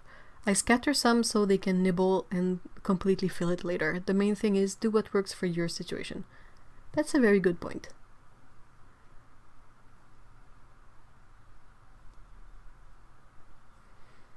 Do skunks smell all the time? I really don't know.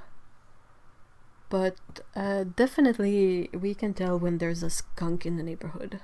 Like, there's a few skunks that live nearby, and we can, like, if they come close, because they tend to hug the buildings, so whenever they decide to hug the building, they end up sort of hugging our window, so we smell them, and it stinks.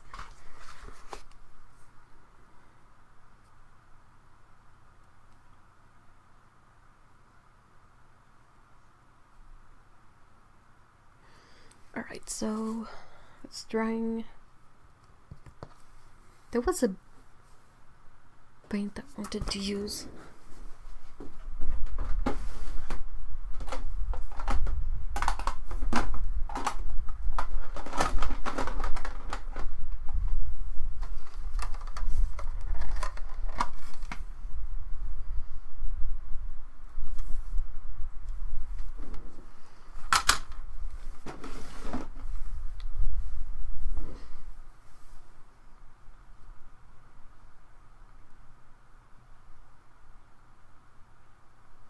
I consider myself educated. Thank you, you skunk-smelling people.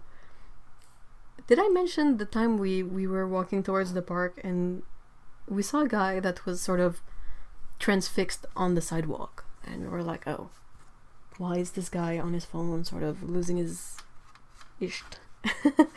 He was like really like, I don't know, really energetic, and we're like, what's up, what's going on?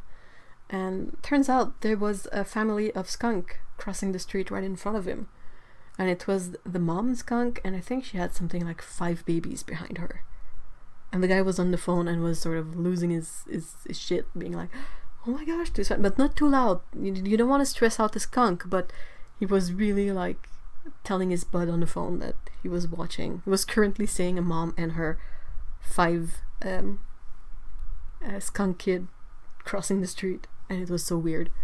I don't think I've ever seen such a big family of skunks before.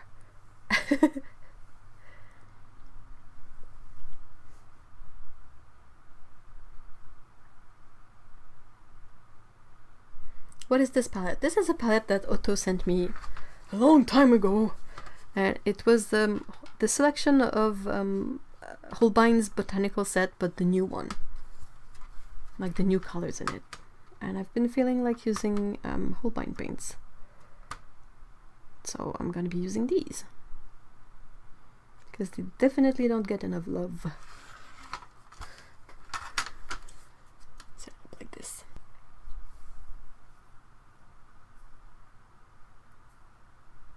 I'll go get some water for painting. I will be right back.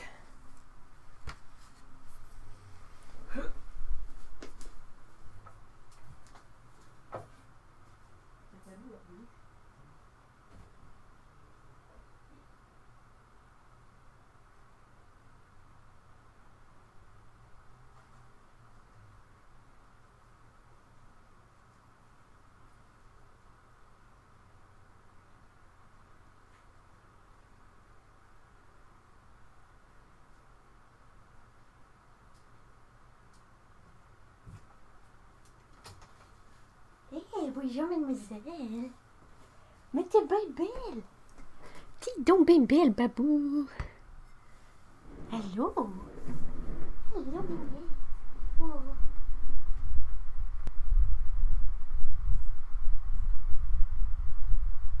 T'es bien belle.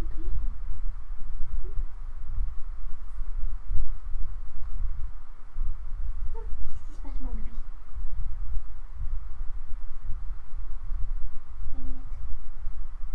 Ouais.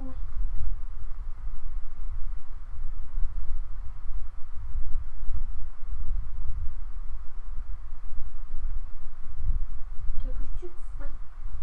Je dois encore. Une belle fille.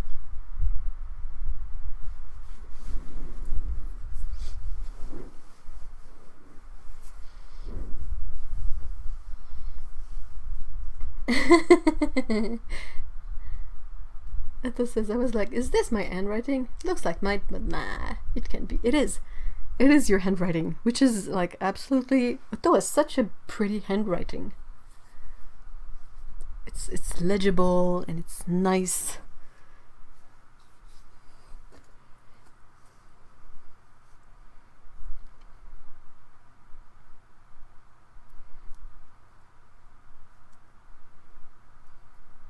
A secret YouTube collaboration. I'll wait a bit more just to be safe, because this smudgy sucks.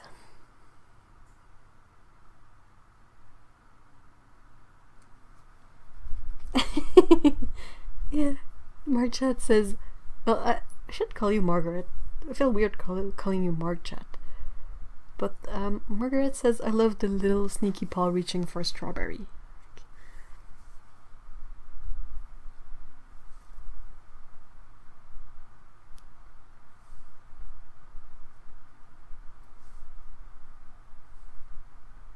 What is that song, Otto? I got my first whiff at 6 feet. Oh, it smelled so bad I thought it couldn't be. Was the skunk of 95. Nuggets song for 90.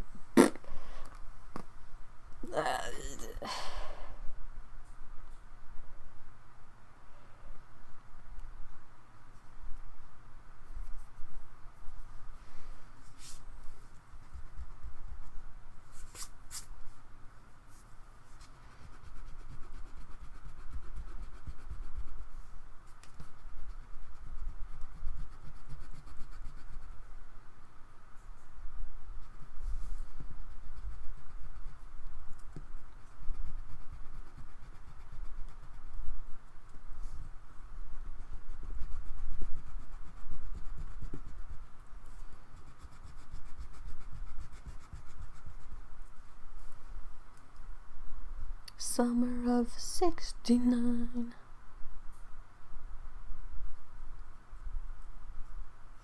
Is that Bon Jovi?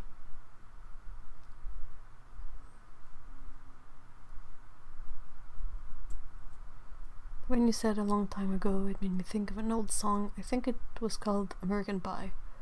I want to say it was by Don Henley, but I'm not sure. There was definitely a cover.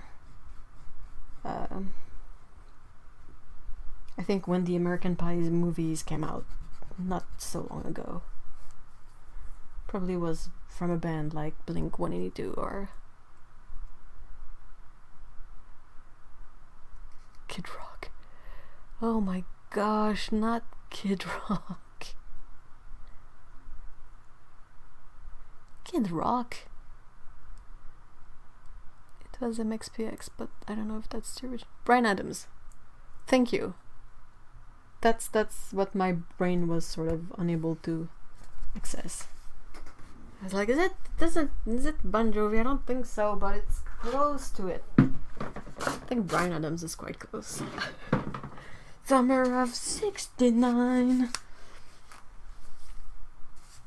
I think Bryan Adams is Canadian, is he? We are all quite old.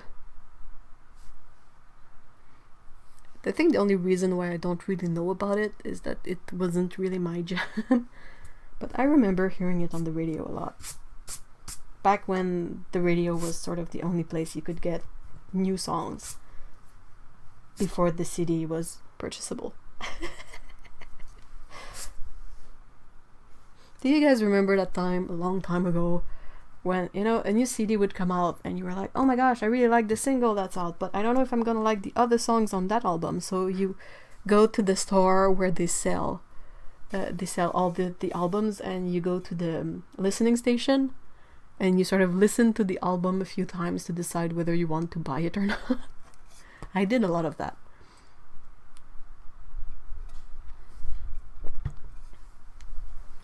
Yes, Bryan Adams is Canadian. Canadian. Yes, he's Canadian. The government had to apologize for him, I think. Why? Did he turn out to be some sort of creep too?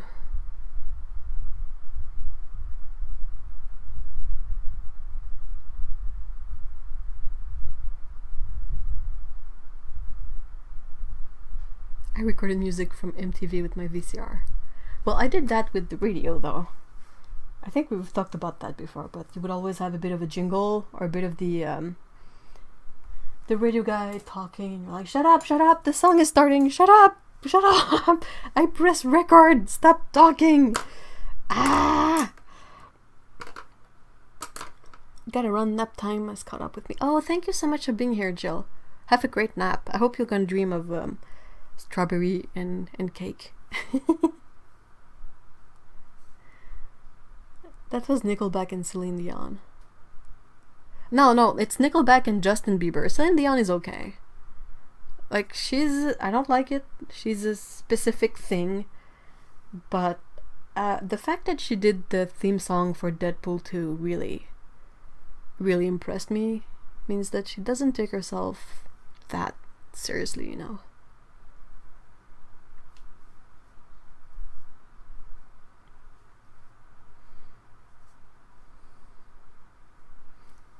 I'm glad you guys remember the days of, you know, having the listening station, the little headphones hanging. You would have like a box. There would be the sleeve sort of inserted in the box. That's the place you could listen to the album. There would be like a hook with the headset underneath and like buttons. And often right next to it there was like a place where you could stack CDs to purchase. So you could listen to the album, and if you like it, grab one right away and go to buy it.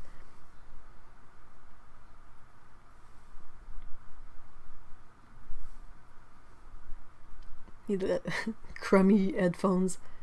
But, I mean, an album was a lot of money back then. Well, if you are like 12. And, yeah, I would really listen to them. Like, am I gonna really like this song? And you don't really know. because you don't really know, because you're like, is it something that's gonna grow on me, or is it something that I will not like? Yeah, guys, look up on YouTube the video they did for the theme song of Deadpool 2 with Celine Dion. It's hilarious. It's absolutely like really funny, and I didn't have really any thoughts about Celine Dion before, because I was like, well, you know, she was big here first, and then she got big worldwide, and it's not my genre of music, so I don't really listen to it, and that sums it up. But when I saw the video that she did for Deadpool 2, I was like, okay, that's badass. I'm a bit proud right now.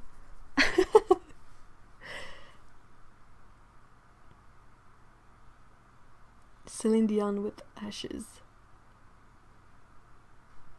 And the song is it's fine. I didn't listen to it and went like, ugh, cringe. I've heard many more cringy music associated with movies than that one. That one was okay.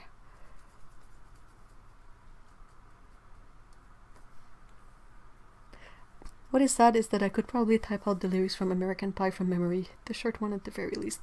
I know American Pie mostly through Weird Al Yankovic's version of it. I think he made it into a Star Wars parody song.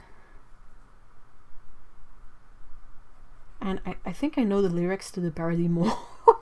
So I don't know if that's any better. A long, long time ago, in a galaxy far away, Naboo was under an attack. And then I don't really remember, and I'm not gonna try and butcher more of that song, but yeah.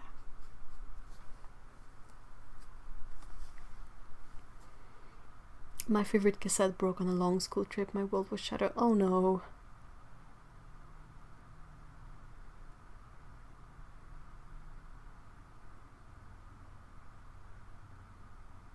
Yeah, there's such a thing as too much Celine Dion. Definitely. Celine Dion.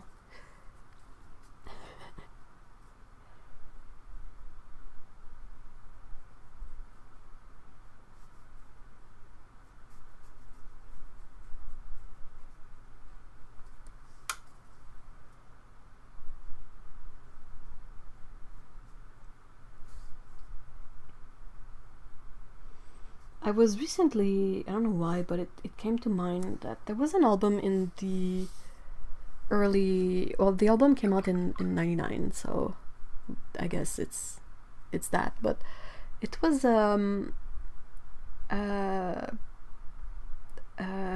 compilation album, sorry, and the title is No Boundaries, and then there's like a subtitle is like a benefit for the Kosovar refugees, I think. And when it came out, we bought it. I'm fairly sure we got it when it came out, because there was the Pearl Jam song that was super big on the radio, and we ended up buying it. I don't know why. And I'm realizing that of all the albums I had when I was younger, this one is the one that comes to mind the most. So I was like, maybe I should see if it's available to get anymore. And the thing is it's not. It's not on iTunes. I googled it. I was like, No Boundaries, benefit whatever for Kosovar refugees. I don't know if it's like benefit album or something, benefit compilation. Anyway, and nope. And I was like, but okay, can I find the individual song that were on the album? And no, I can't. I mean, you can find the songs in some version of them, but it feels like some songs, the version that was on the album, they were not anywhere else. So I was like, and I'm pretty sure we don't have that CD anymore.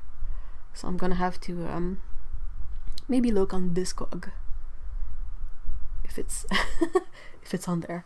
What's your favorite Weird Al song? Oh.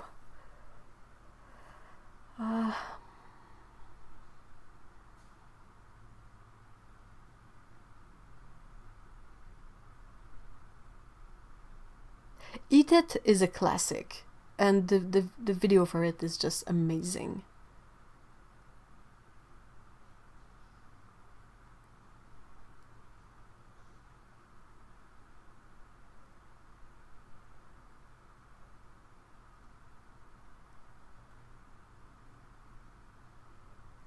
Amish Paradise.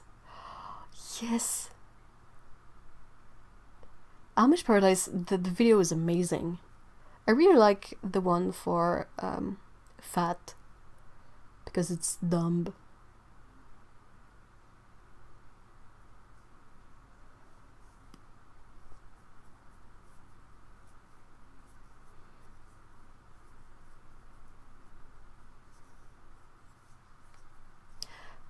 What's the parody made of Happy from? Oh, it's Tacky. Tacky was kind of funny too. Oh, I think his favorite song that I really like is Albuquerque. Because it's completely absurd. And it makes no sense. And all his polkas are really funny. I think the world needs some Weird Al at about this moment, yeah. It's a good thing he has a big backlog, so if we can't get any new stuff from him, because I wouldn't fault him for being I don't know, maybe uninspired right now. It's a weird time to be a creative. You cannot really get good vibes from the world at large, so but yeah, I mean it's quite a good time to go back and listen to his older stuff. Because I'm tacky. I'm gonna have that stuck in my head. Hey, welcome back, Phoebe.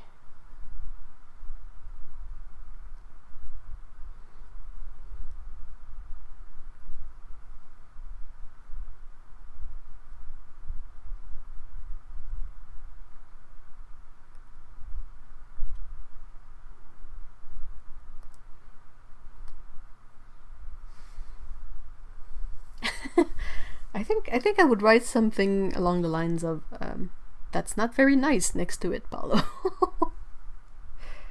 Well, maybe that's a bit too tame, but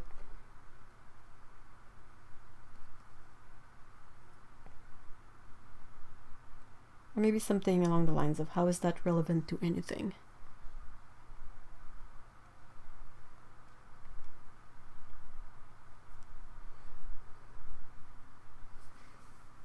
Or you can write something like, well, it's a rainbow. Of course, it's bright and happy.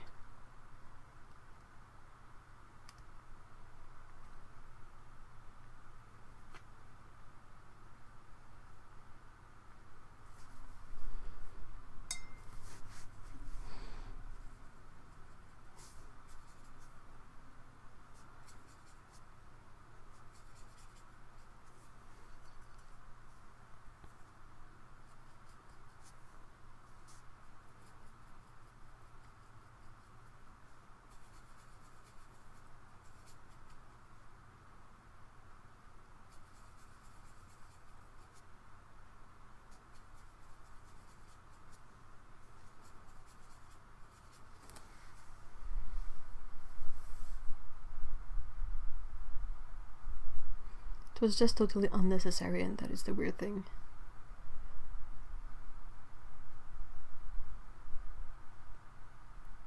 Well, I mean, if someone doesn't have to write anything and they write gay graphic beside something that has the rainbow, I would be inclined to think they don't mean it. I'm always tempted to be like, gay graphic. So? I mean, you say this like it's a bad thing. It's not. Newsflash. But yeah.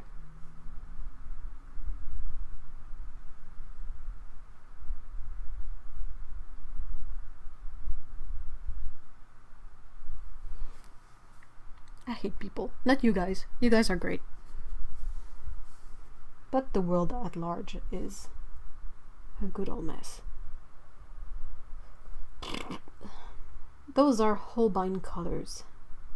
realized that I really don't paint enough with Holbein because I love them. They are one of the most reliable color I know, and I hardly ever paint with them.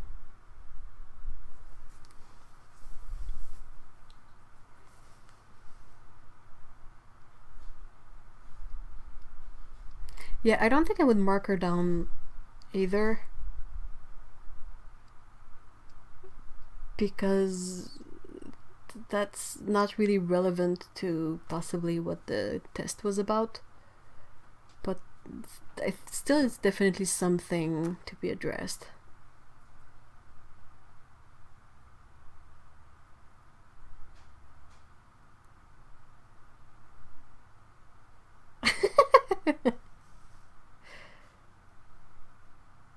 Humans.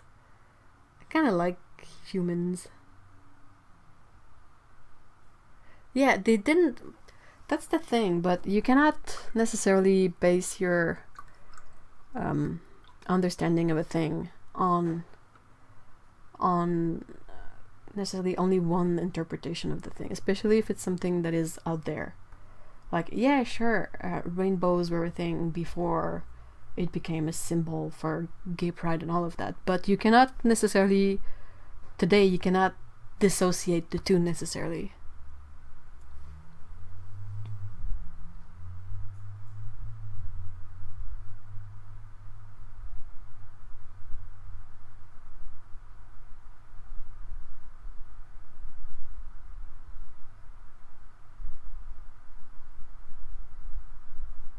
Humans. That should be, you know how channels have sort of nicknames for the community and all that. I guess you guys should be the humans. Kind of like it. Actually, I like it a lot, so they definitely should know better, especially nowadays. I mean, it's not my place and it's not my situation, but it still makes me kind of angry. Because I want to be like, oh, come on. Really? Wow. Much mature. Like, are you kidding me?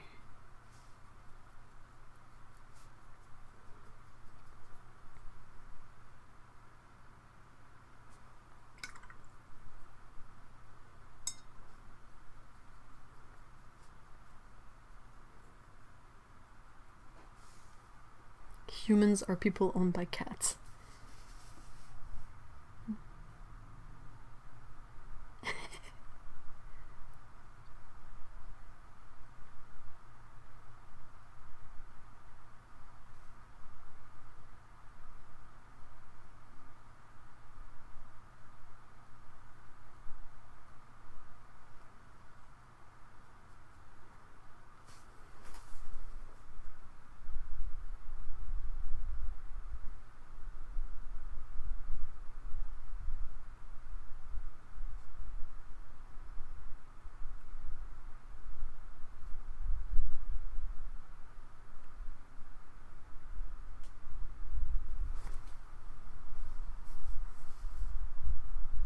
Silence is how hate grows. That's a very good point.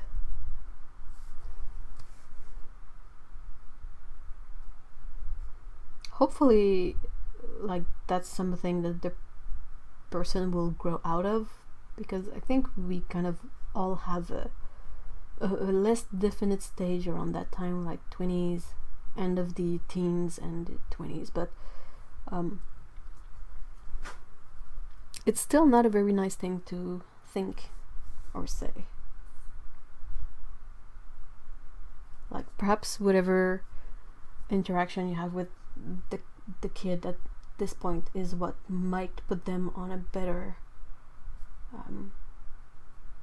mindset for the future too.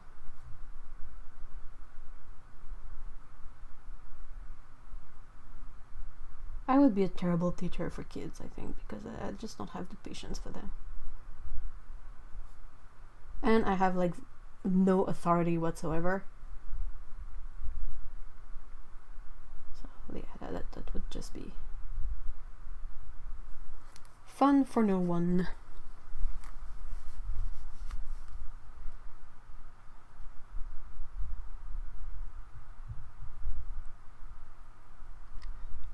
Otto says, if I was the student, I would be super pissed if you marked me down for it. But if you just mention it in private, I'll appreciate it in the long run. I think that's a good point. I don't think it's worth... Unless the question was specifically about this side of the meaning of the rainbow, like about... I don't know how to say it properly. But yeah, if her comment is unnecessary and not related to the question, then you cannot really mark her down for it because it's not relevant. But it's definitely worth mentioning it to the person and letting her know that it's not cool. Doesn't make her look badass or grown up to say that. It makes her look like a moron with a lot of ignorance to address.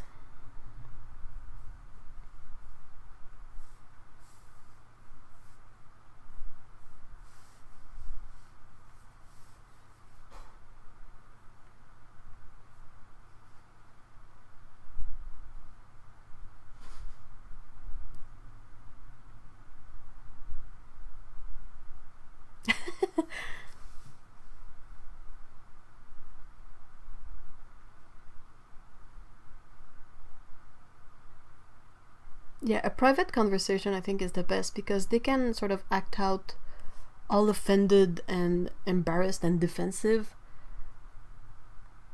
but then they can sort of grow from it because no one else saw that, so they don't have to keep the pretense going for the sake of other people. Like, they can reflect more genuinely on it, I feel.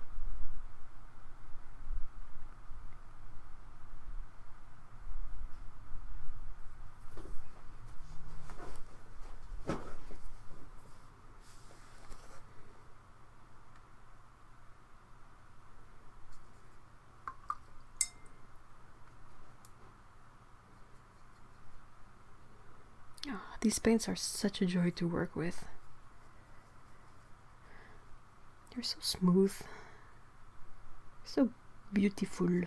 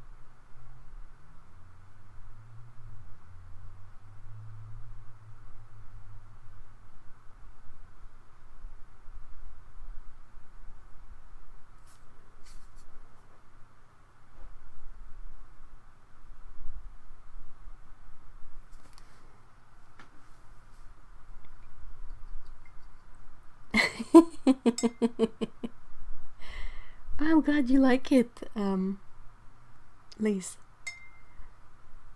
I love ochre colors. That orange is gorgeous. No, that's a mix of a bunch of things.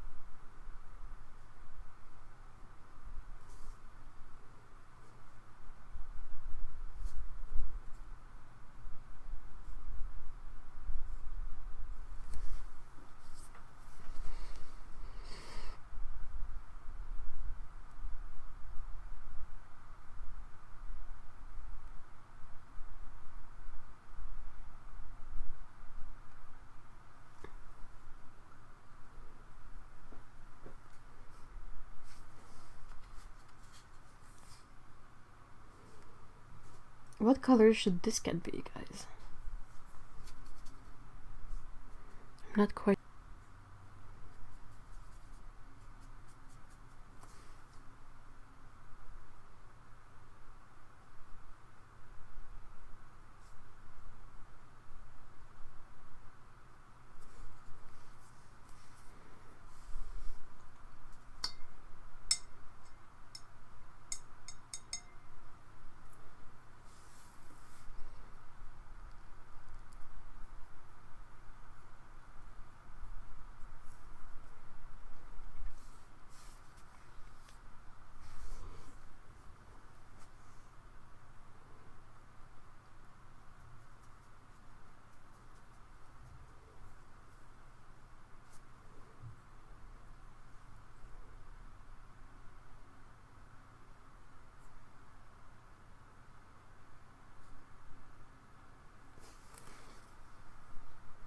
How about red or torty?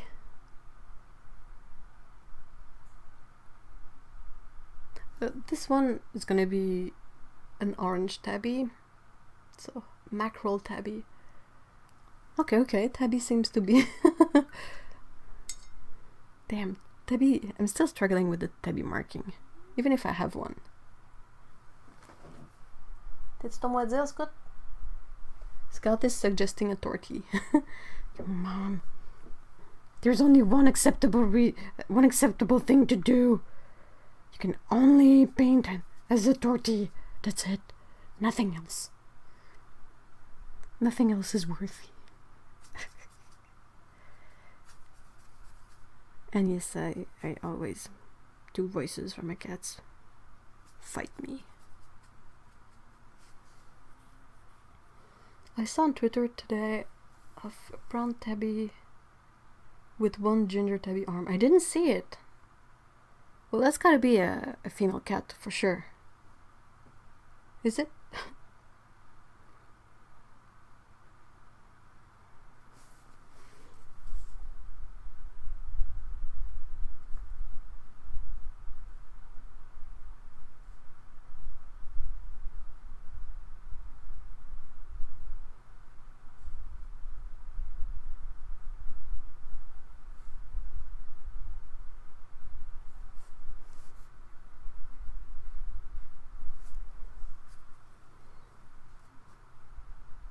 I have voices for all my pets.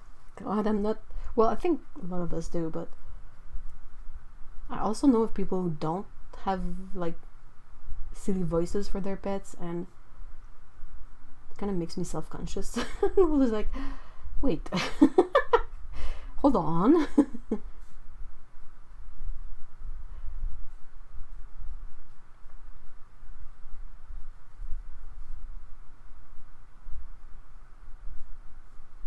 Linus is a human, doesn't really make a voice for him.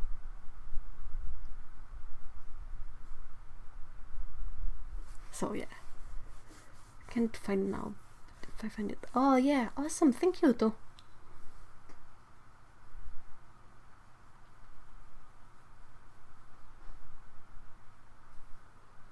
Hi guys, my husband isn't home. His phone's here, car's gone. Could he have gone on an errand, Nicole? Like something really quick that wouldn't have him grab his phone?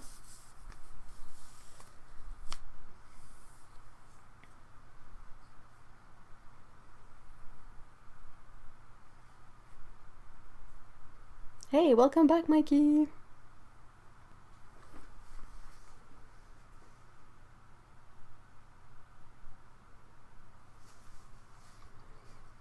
Alright, so...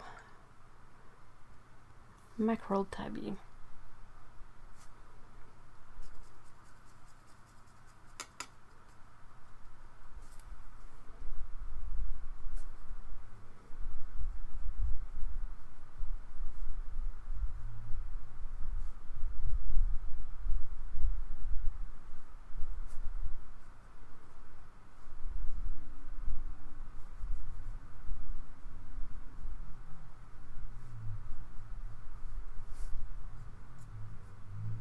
Is Laura a, for the orange bits, is she a mackerel tabby or is she a regular tabby?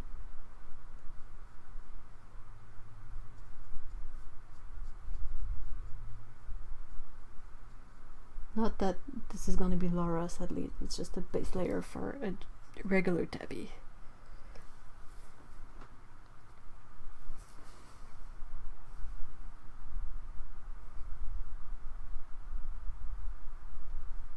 No, I saw him a half hour ago, he was in the kitchen. It's really weird that he wouldn't tell me. Maybe he needed something for something he's cooking. Yeah, maybe he just quickly went to get some milk.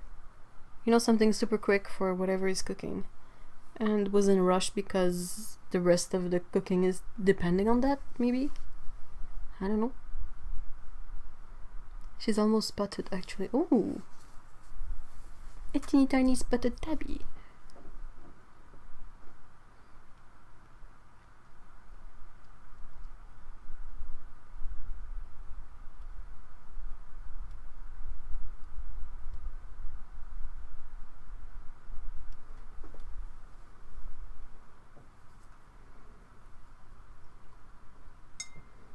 I think all of our cats get dumb voices. If the hat fits. She has stripes on her back, but everything else is like oval spots. I think that's usually how spotted tabbies are like. I think the lines down the back is possibly the one thing that is common.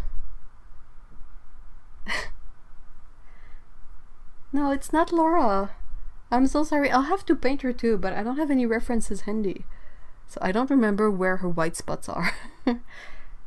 That's the issue with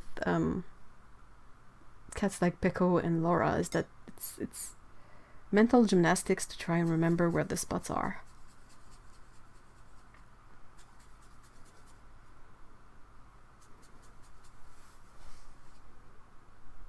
So that's just gonna be a good old grey brown tabby for now.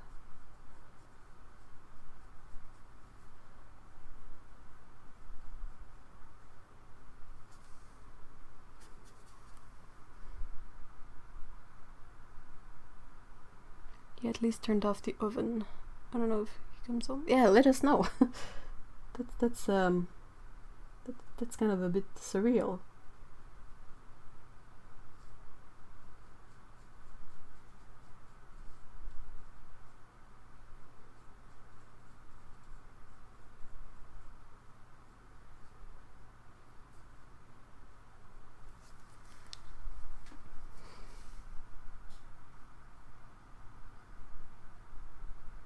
Oh no, Nicole.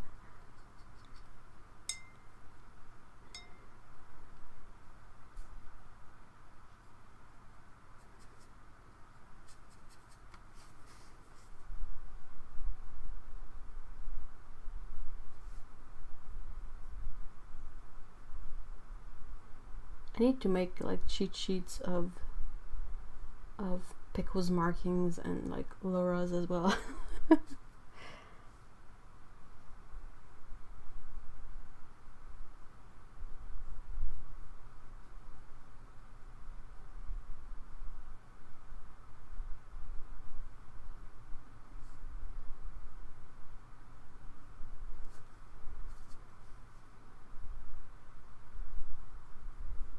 I mean, I've known Pico for 9 years and I still can't remember how her markings go.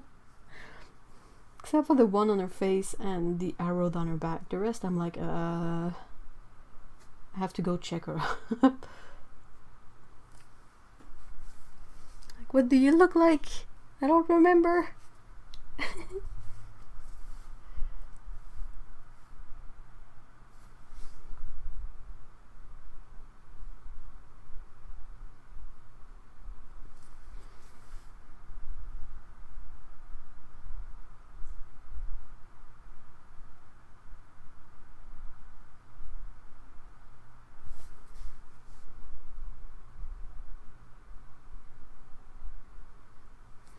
Mikey is sharing some interesting wisdom in the chat. She says, if you are on any form of opioids at all, you must have Narcan spray in your house in case you overdose. I think Narcan is a nasal spray. I think. It's pretty expensive though. With my insurance, it still costs $50. They say it's like having an EpiPen if you're allergic to bee stings. Yeah, I think it's expensive, but I think it's worth it. I don't think I think a life is worth a lot more than $50, sadly. Well, sadly is due to the fact that the thing still costs $50. But yeah, I mean, a life is priceless.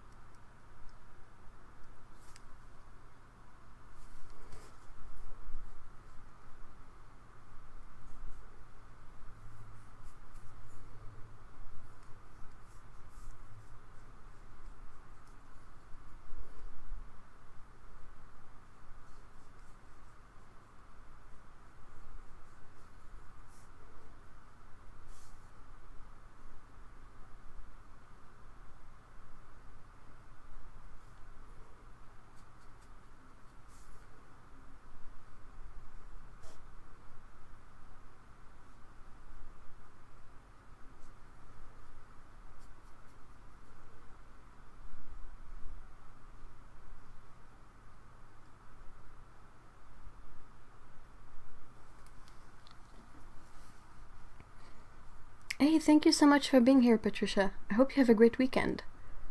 Give a lot of pets to Sydney for us.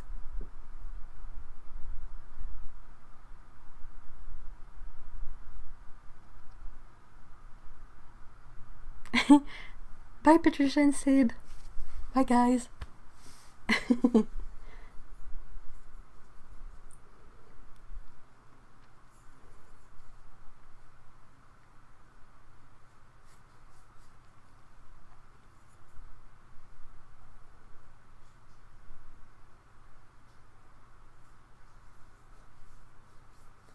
Using this brush reminds me that Ellen must have been quite busy too, because I don't think we've seen her in a bunch.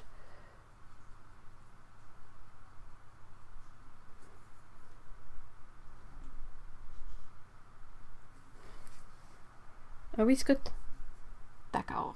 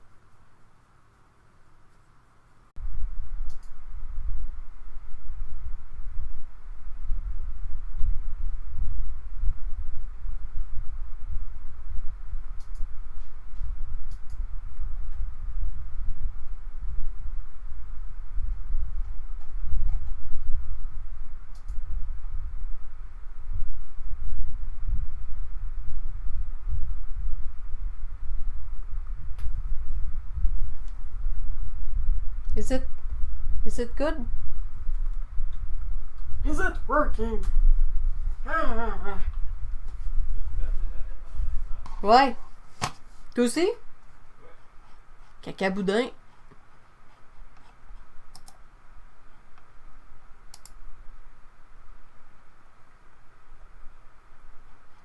Yay, it's working again.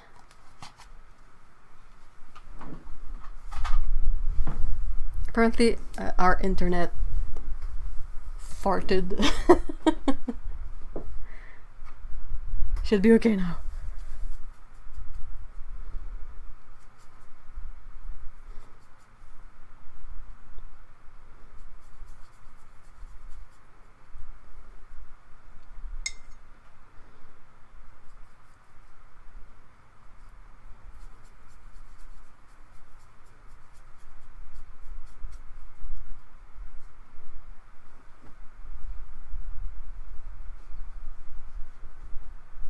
Somebody bumped the paperclip.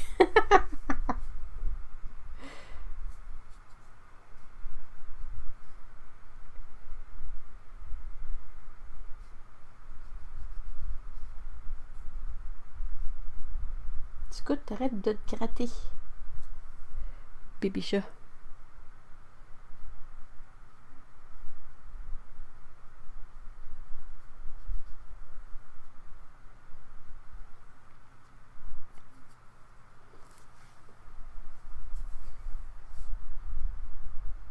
The whole internet is held together by one cheeky paperclip.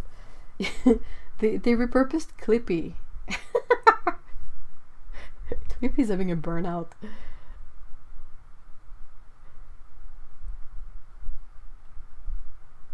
Picture Clippy with like red eye, huge bags under them, like a bunch of coffee mugs empty, just trying to keep everything together.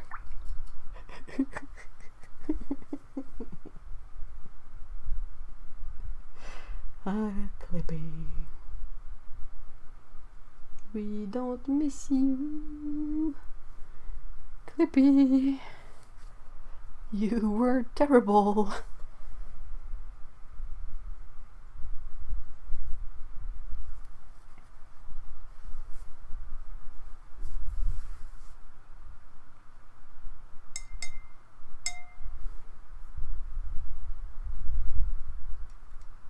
You miss Clippy?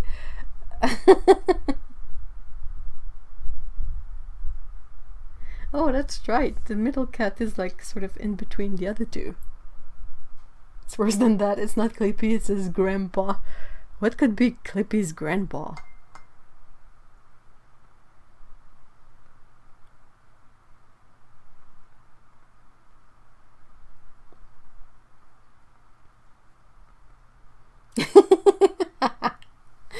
And it says, I am an IT specialist, front-end web development, and I can confirm that Amisha tells the truth.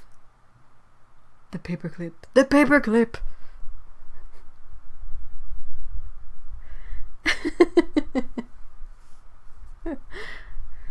This is funny. It's one of those antique brass paperclips. I'm trying to see if I have any sort of mental imagery, yeah, of like previous versions of the paperclip, because gotta be honest, the paperclip is pretty straightforward, right?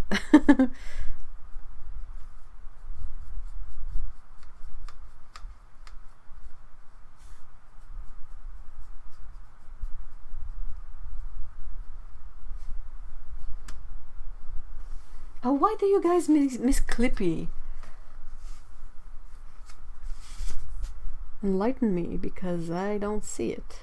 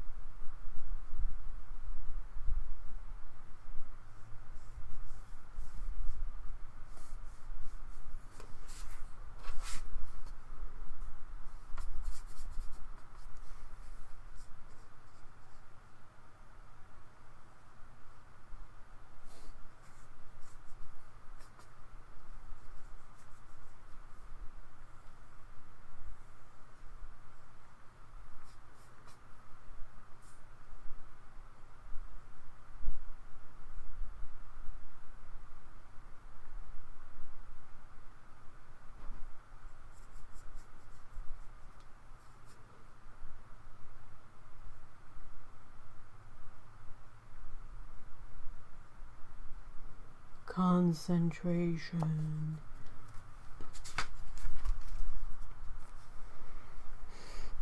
Clippy had at least a smile. Oh my gosh, everybody likes Clippy. You miss Clippy because he was annoying? He sure was. Yeah, also had the weird dog one. It was a dog at some point. I don't know, I don't remember if it was made from office supplies.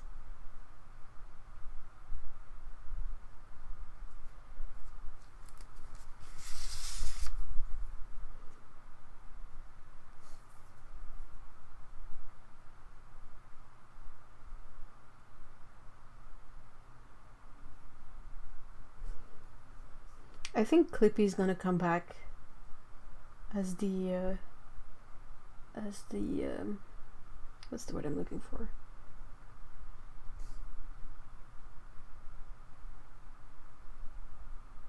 I'm searching.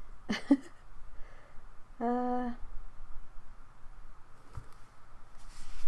okay, I'm just gonna find another way to say it, but I think Clippy's gonna come back as the unsuspecting shape of Skynet right before the robots take over.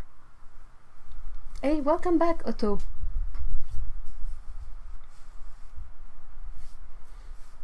I work at a public library and I have a collection of old paper clips. That's so cool.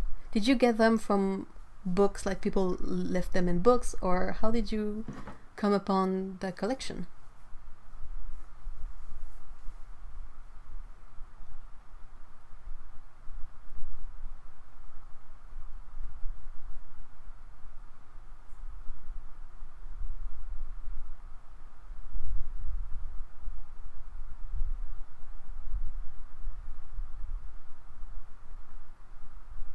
My friend has a fully grown ass man that calls himself Clippy.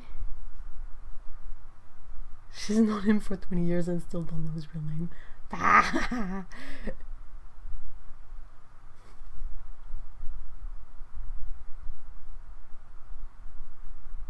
Eep, Mikey, yikes.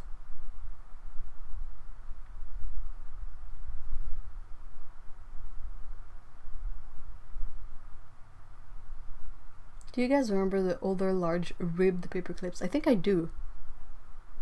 Were they ribbed? Oh, sorry, that must have been loud. I lost control of my voice for a second. I'm going to drink some water.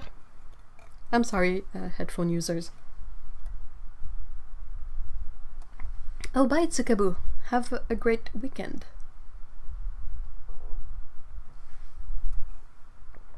Okay, so were they ribbed in the sense that they had lines like engraved in the metal? No, this one is smooth.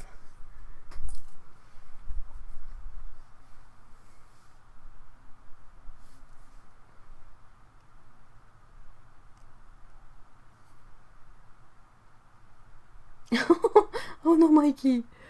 I'll just sit here and clutch the Narcan box my mom just handed me from CVS.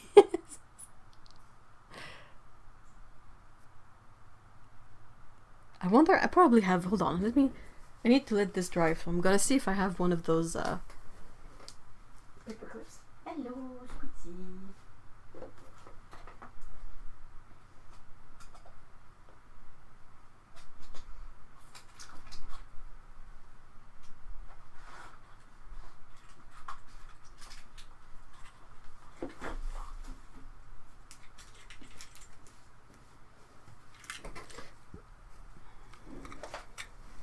Yeah, huge clip like money clips, but not money clips. Well, I have this one.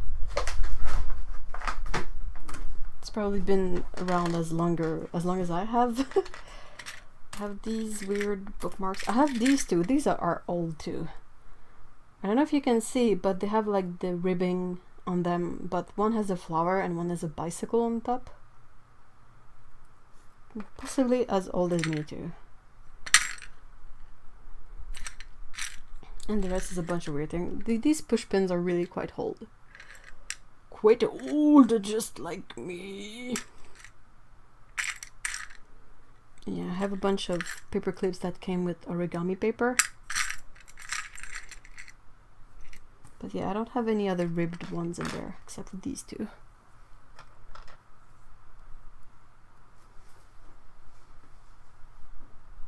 Seth and I think Ruby, maybe Opal says, hello gerbils! Ruby and Opal, Ruby and Opal, Ruby and Obal, that's my brain. Sorry gerbils. Ruby and Opal gets harder and harder to tell apart. Really? Is one of them... I thought the main difference was one had really red eyes. So is that sort of evolving into something else? So Marchat says, I collected them over time. Sometimes from books, old desks, and you'd be amazed at what you can find in the stacks. Where things in the library go to die. Oh, I think I would love rummaging through that. It sounds like my type of thing. I see a lot of people exploring abandoned houses and such, and they're always so proper and kind with the things, and they don't touch anything, and I'm like, I would be dying to just look at everything and in everything, you know. And I know there's always these things where people are like, it's more respectful to not take anything, but I'm like, I don't know, I'm a bit on the fence. I'm not for completely looting up the places, but if a place is abandoned, sooner or later it's gonna be used as a test place for the fire department. Or it's gonna just, somebody's gonna like burn the place down just for kicks and giggles. So I'm like, it's not, I don't find it ecological to just let this stuff there if it's something that could be used again. Not everything, definitely not everything is salvageable, but I've seen a few times things that people sort of pan over with the camera, and I'm like, that over there, that's like a very old pan made from this white metal, and that's something you could definitely use again. It looks brand new still, doesn't look gross. No, Opal's eyes got more red as she grew. Whoops. We used to really be able to tell them apart. Opal was always bigger, but not anymore. Never get two pets that look exactly the same. Aww. Did Bert from Sesame Street in your country used to collect paper clips? I don't remember. Oh, interesting. All right, I'll call you Margaret.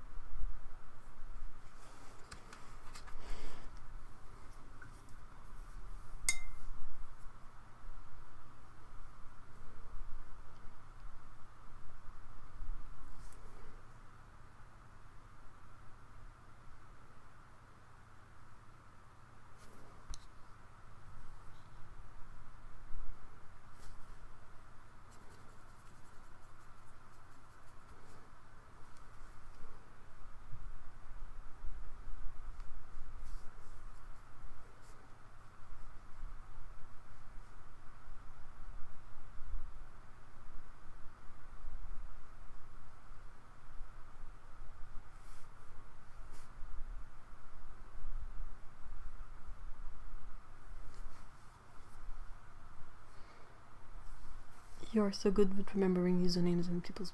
Oh, if I am, I'm happy. I don't feel like I'm good. I feel like I forget some of them.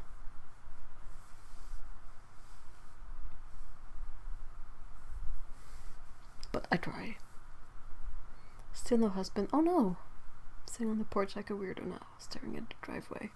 That's really curious. And he's gonna get such a whooping when he comes back. How could you leave without telling me? And not bring your phone? Silly goose.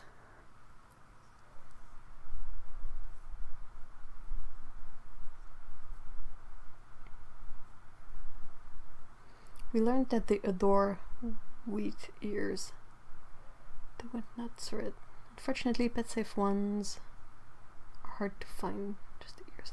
Is that just the bit with all the seeds in it? Like an ear of corn?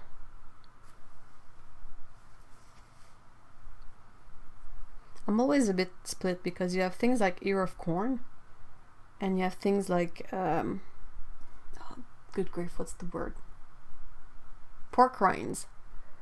Over here, pork rinds are usually named Oreille de Christ, which translates to basically Christ's ears.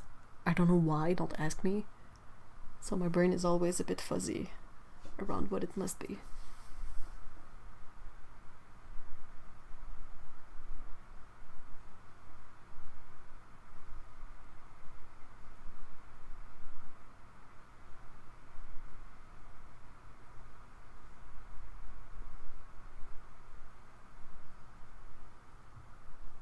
That's so great. Otto, do you think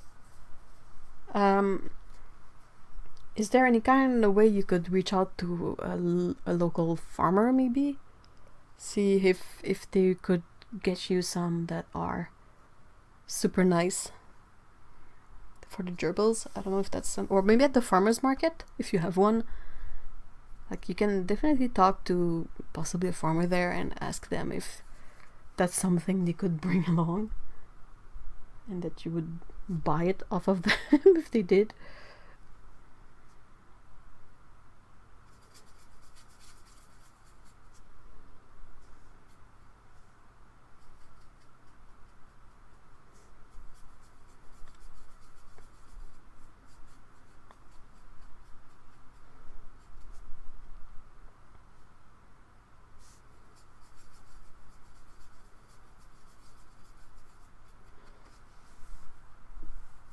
I don't know if you can even grow with it in Scotland. I'll have a look though, that's a great idea.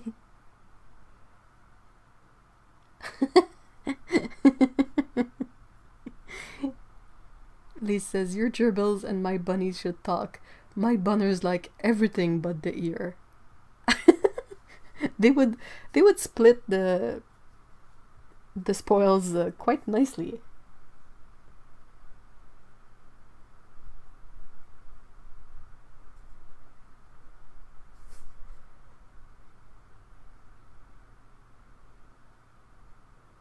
I know this is silly, but did you thoroughly check inside the house, Nicole, just to make sure that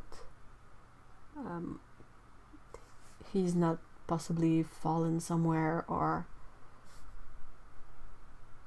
has had a seizure inside the house?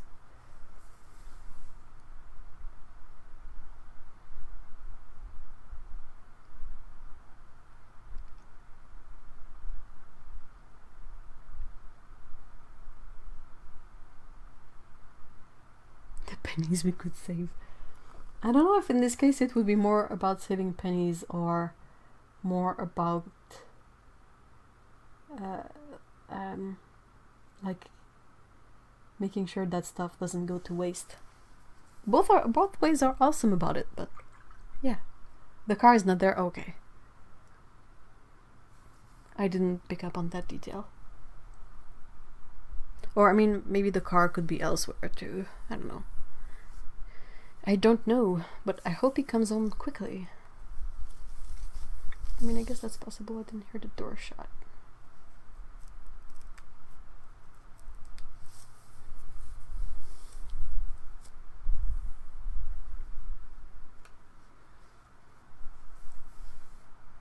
Spend Cicero's on gasoline, get a quarter's worth of grain. Yeah, but you get 4 happy gerbils. That's priceless.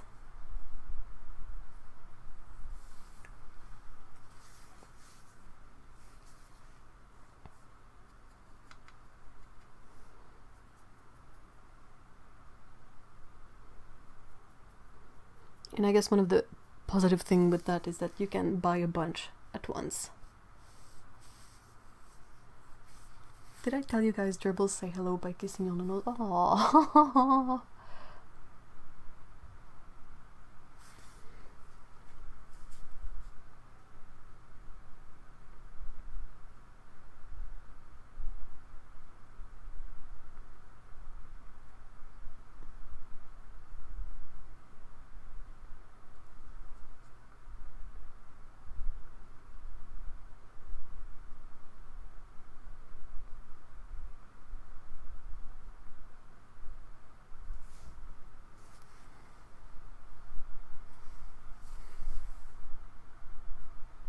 Yeah, and just being able to provide a pet with fresh stuff or something they have to dismantle themselves.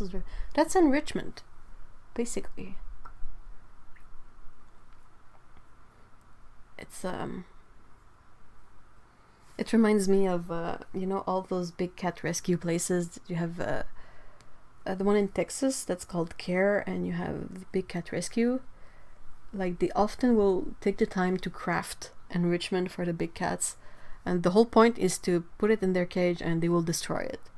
So basically you spend an hour building up something that the cat will rip apart in like 15 minutes. But the point is to sort of give them food for their brain too, not just food for their stomach.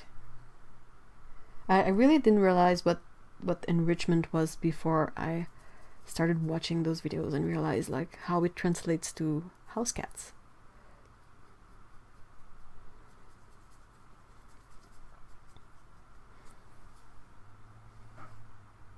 In my world, not even kitty kisses can compare. Blasphemy.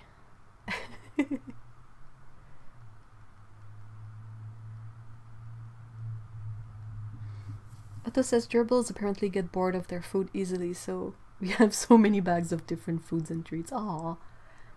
I learned recently that ferrets, it's the other way around. They will sort of imprint on a specific food when they're young. So if it should happen that the food gets discontinued later on, you're kind of screwed, because they won't be interested in anything else. But at the same time, it means that they don't care for human food, so you can present them with anything, any kind of human food, and they don't really care for it, which is interesting. Leo was just mean to Lily. She growled and hissed at him, then oh. Oh no. Leave me alone, you. Flee.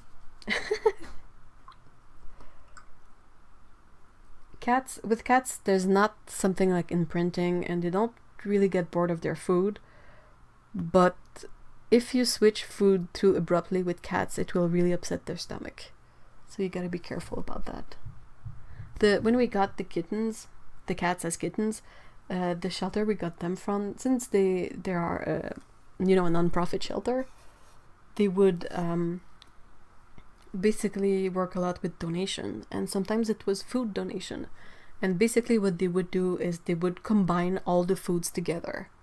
So they gave us a bit of the food when we got the cats to transition them, but their food would be like 5-6 different type of kibble mixed together, and it would always change a bit depending on what donations they got. So that way, whatever changes in the diet, like, since it's sort of unpredictable what kind of things they get, it limits the stress on the stomach for cats, and I thought that was really interesting. We tried to do that for a while, but with discovering that Scout is allergic to chicken, that kind of made things a bit more complex.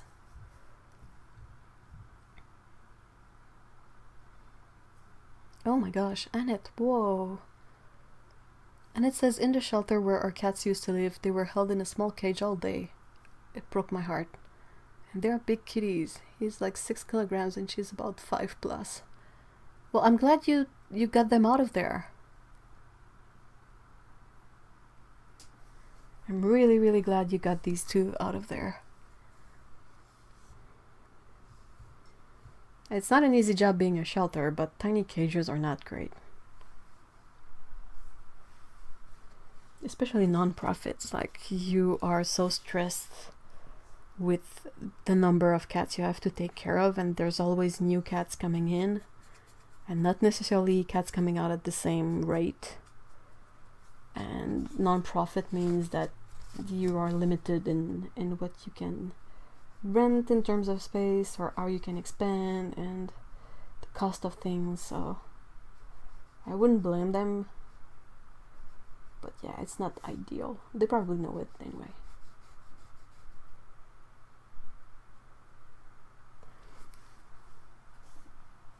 He's back! Oh my god, is he gonna get a whooping? Nicole, don't hurt him!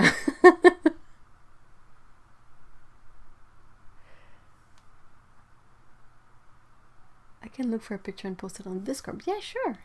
If you have one.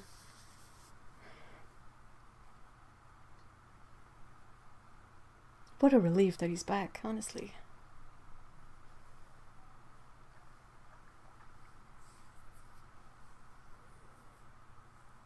I'm always a bit baffled when people write to places like either Kitten Academy or the Kitten Lady, like people who really know stuff about cats.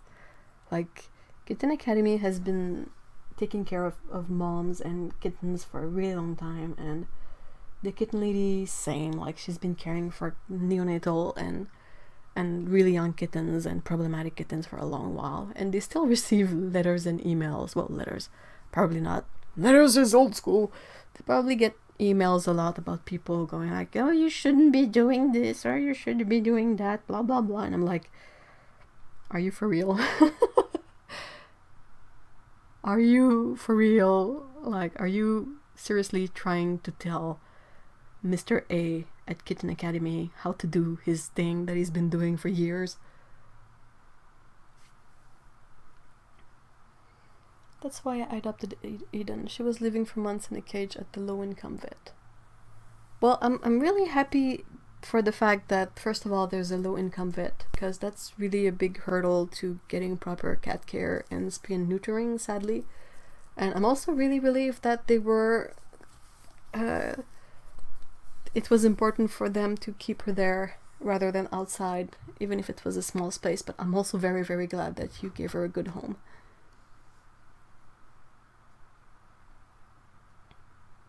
He bought the wood to redo our deck. He should bring his phone next time.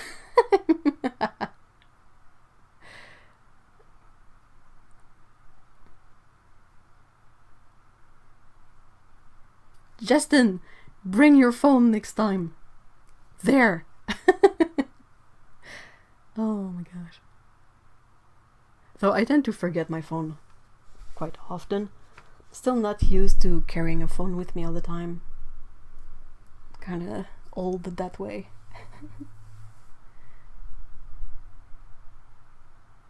Oh, and I'm done with the painting and it's almost time to end the live stream, so I guess timing is good. Timing is good.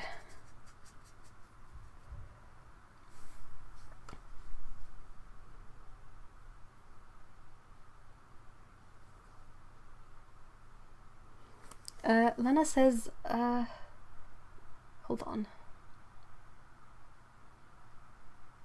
Oh wait, Annette said they're both totally black and no one wanted to adopt them because of bad luck. Then Lana replied, then they have the best home with you.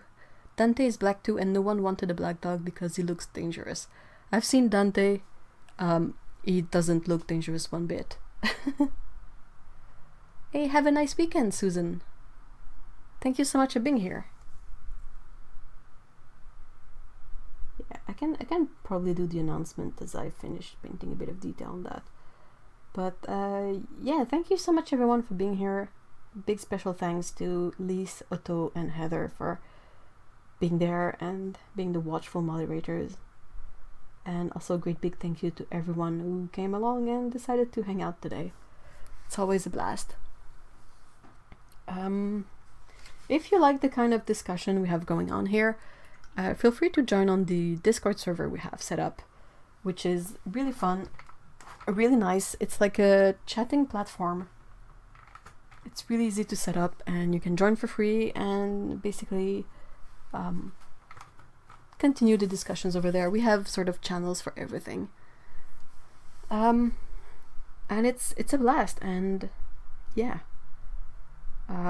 Aside from that, if you look in the description, there's a bunch of links over there, and things like Patreon, things like Ko-fi, the Discord is there, shops and whatnot. I've added a few stickers to my Etsy shop. I might have to add that link in the description. Anyway, doop-a-doop-a-doop. Yeah, and a big thank you to you guys for because it's through you that we've got to 200 subs on this channel, which is really, really nice because it's like a secondary channel just for live streams. And I'm really glad that you decided to came along for the Saturday rides, the Caturday rides, I should say.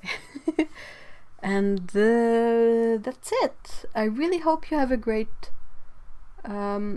weekend. Is the word I was looking for. I hope it's not too warm where you live. It's gonna be disgusting here, and our AC isn't there yet. But I'm working on more vids, and hopefully I should have stuff next week on the regular channel. And also thank you to everyone who has listened to the podcast I've posted on the other channel, and the feedback has been really awesome, and you guys are so supportive. So I'm very, very glad. And yeah, so thank you guys, thank you mods, thank you friends, thank you humans. And see you all next weekend. Bye.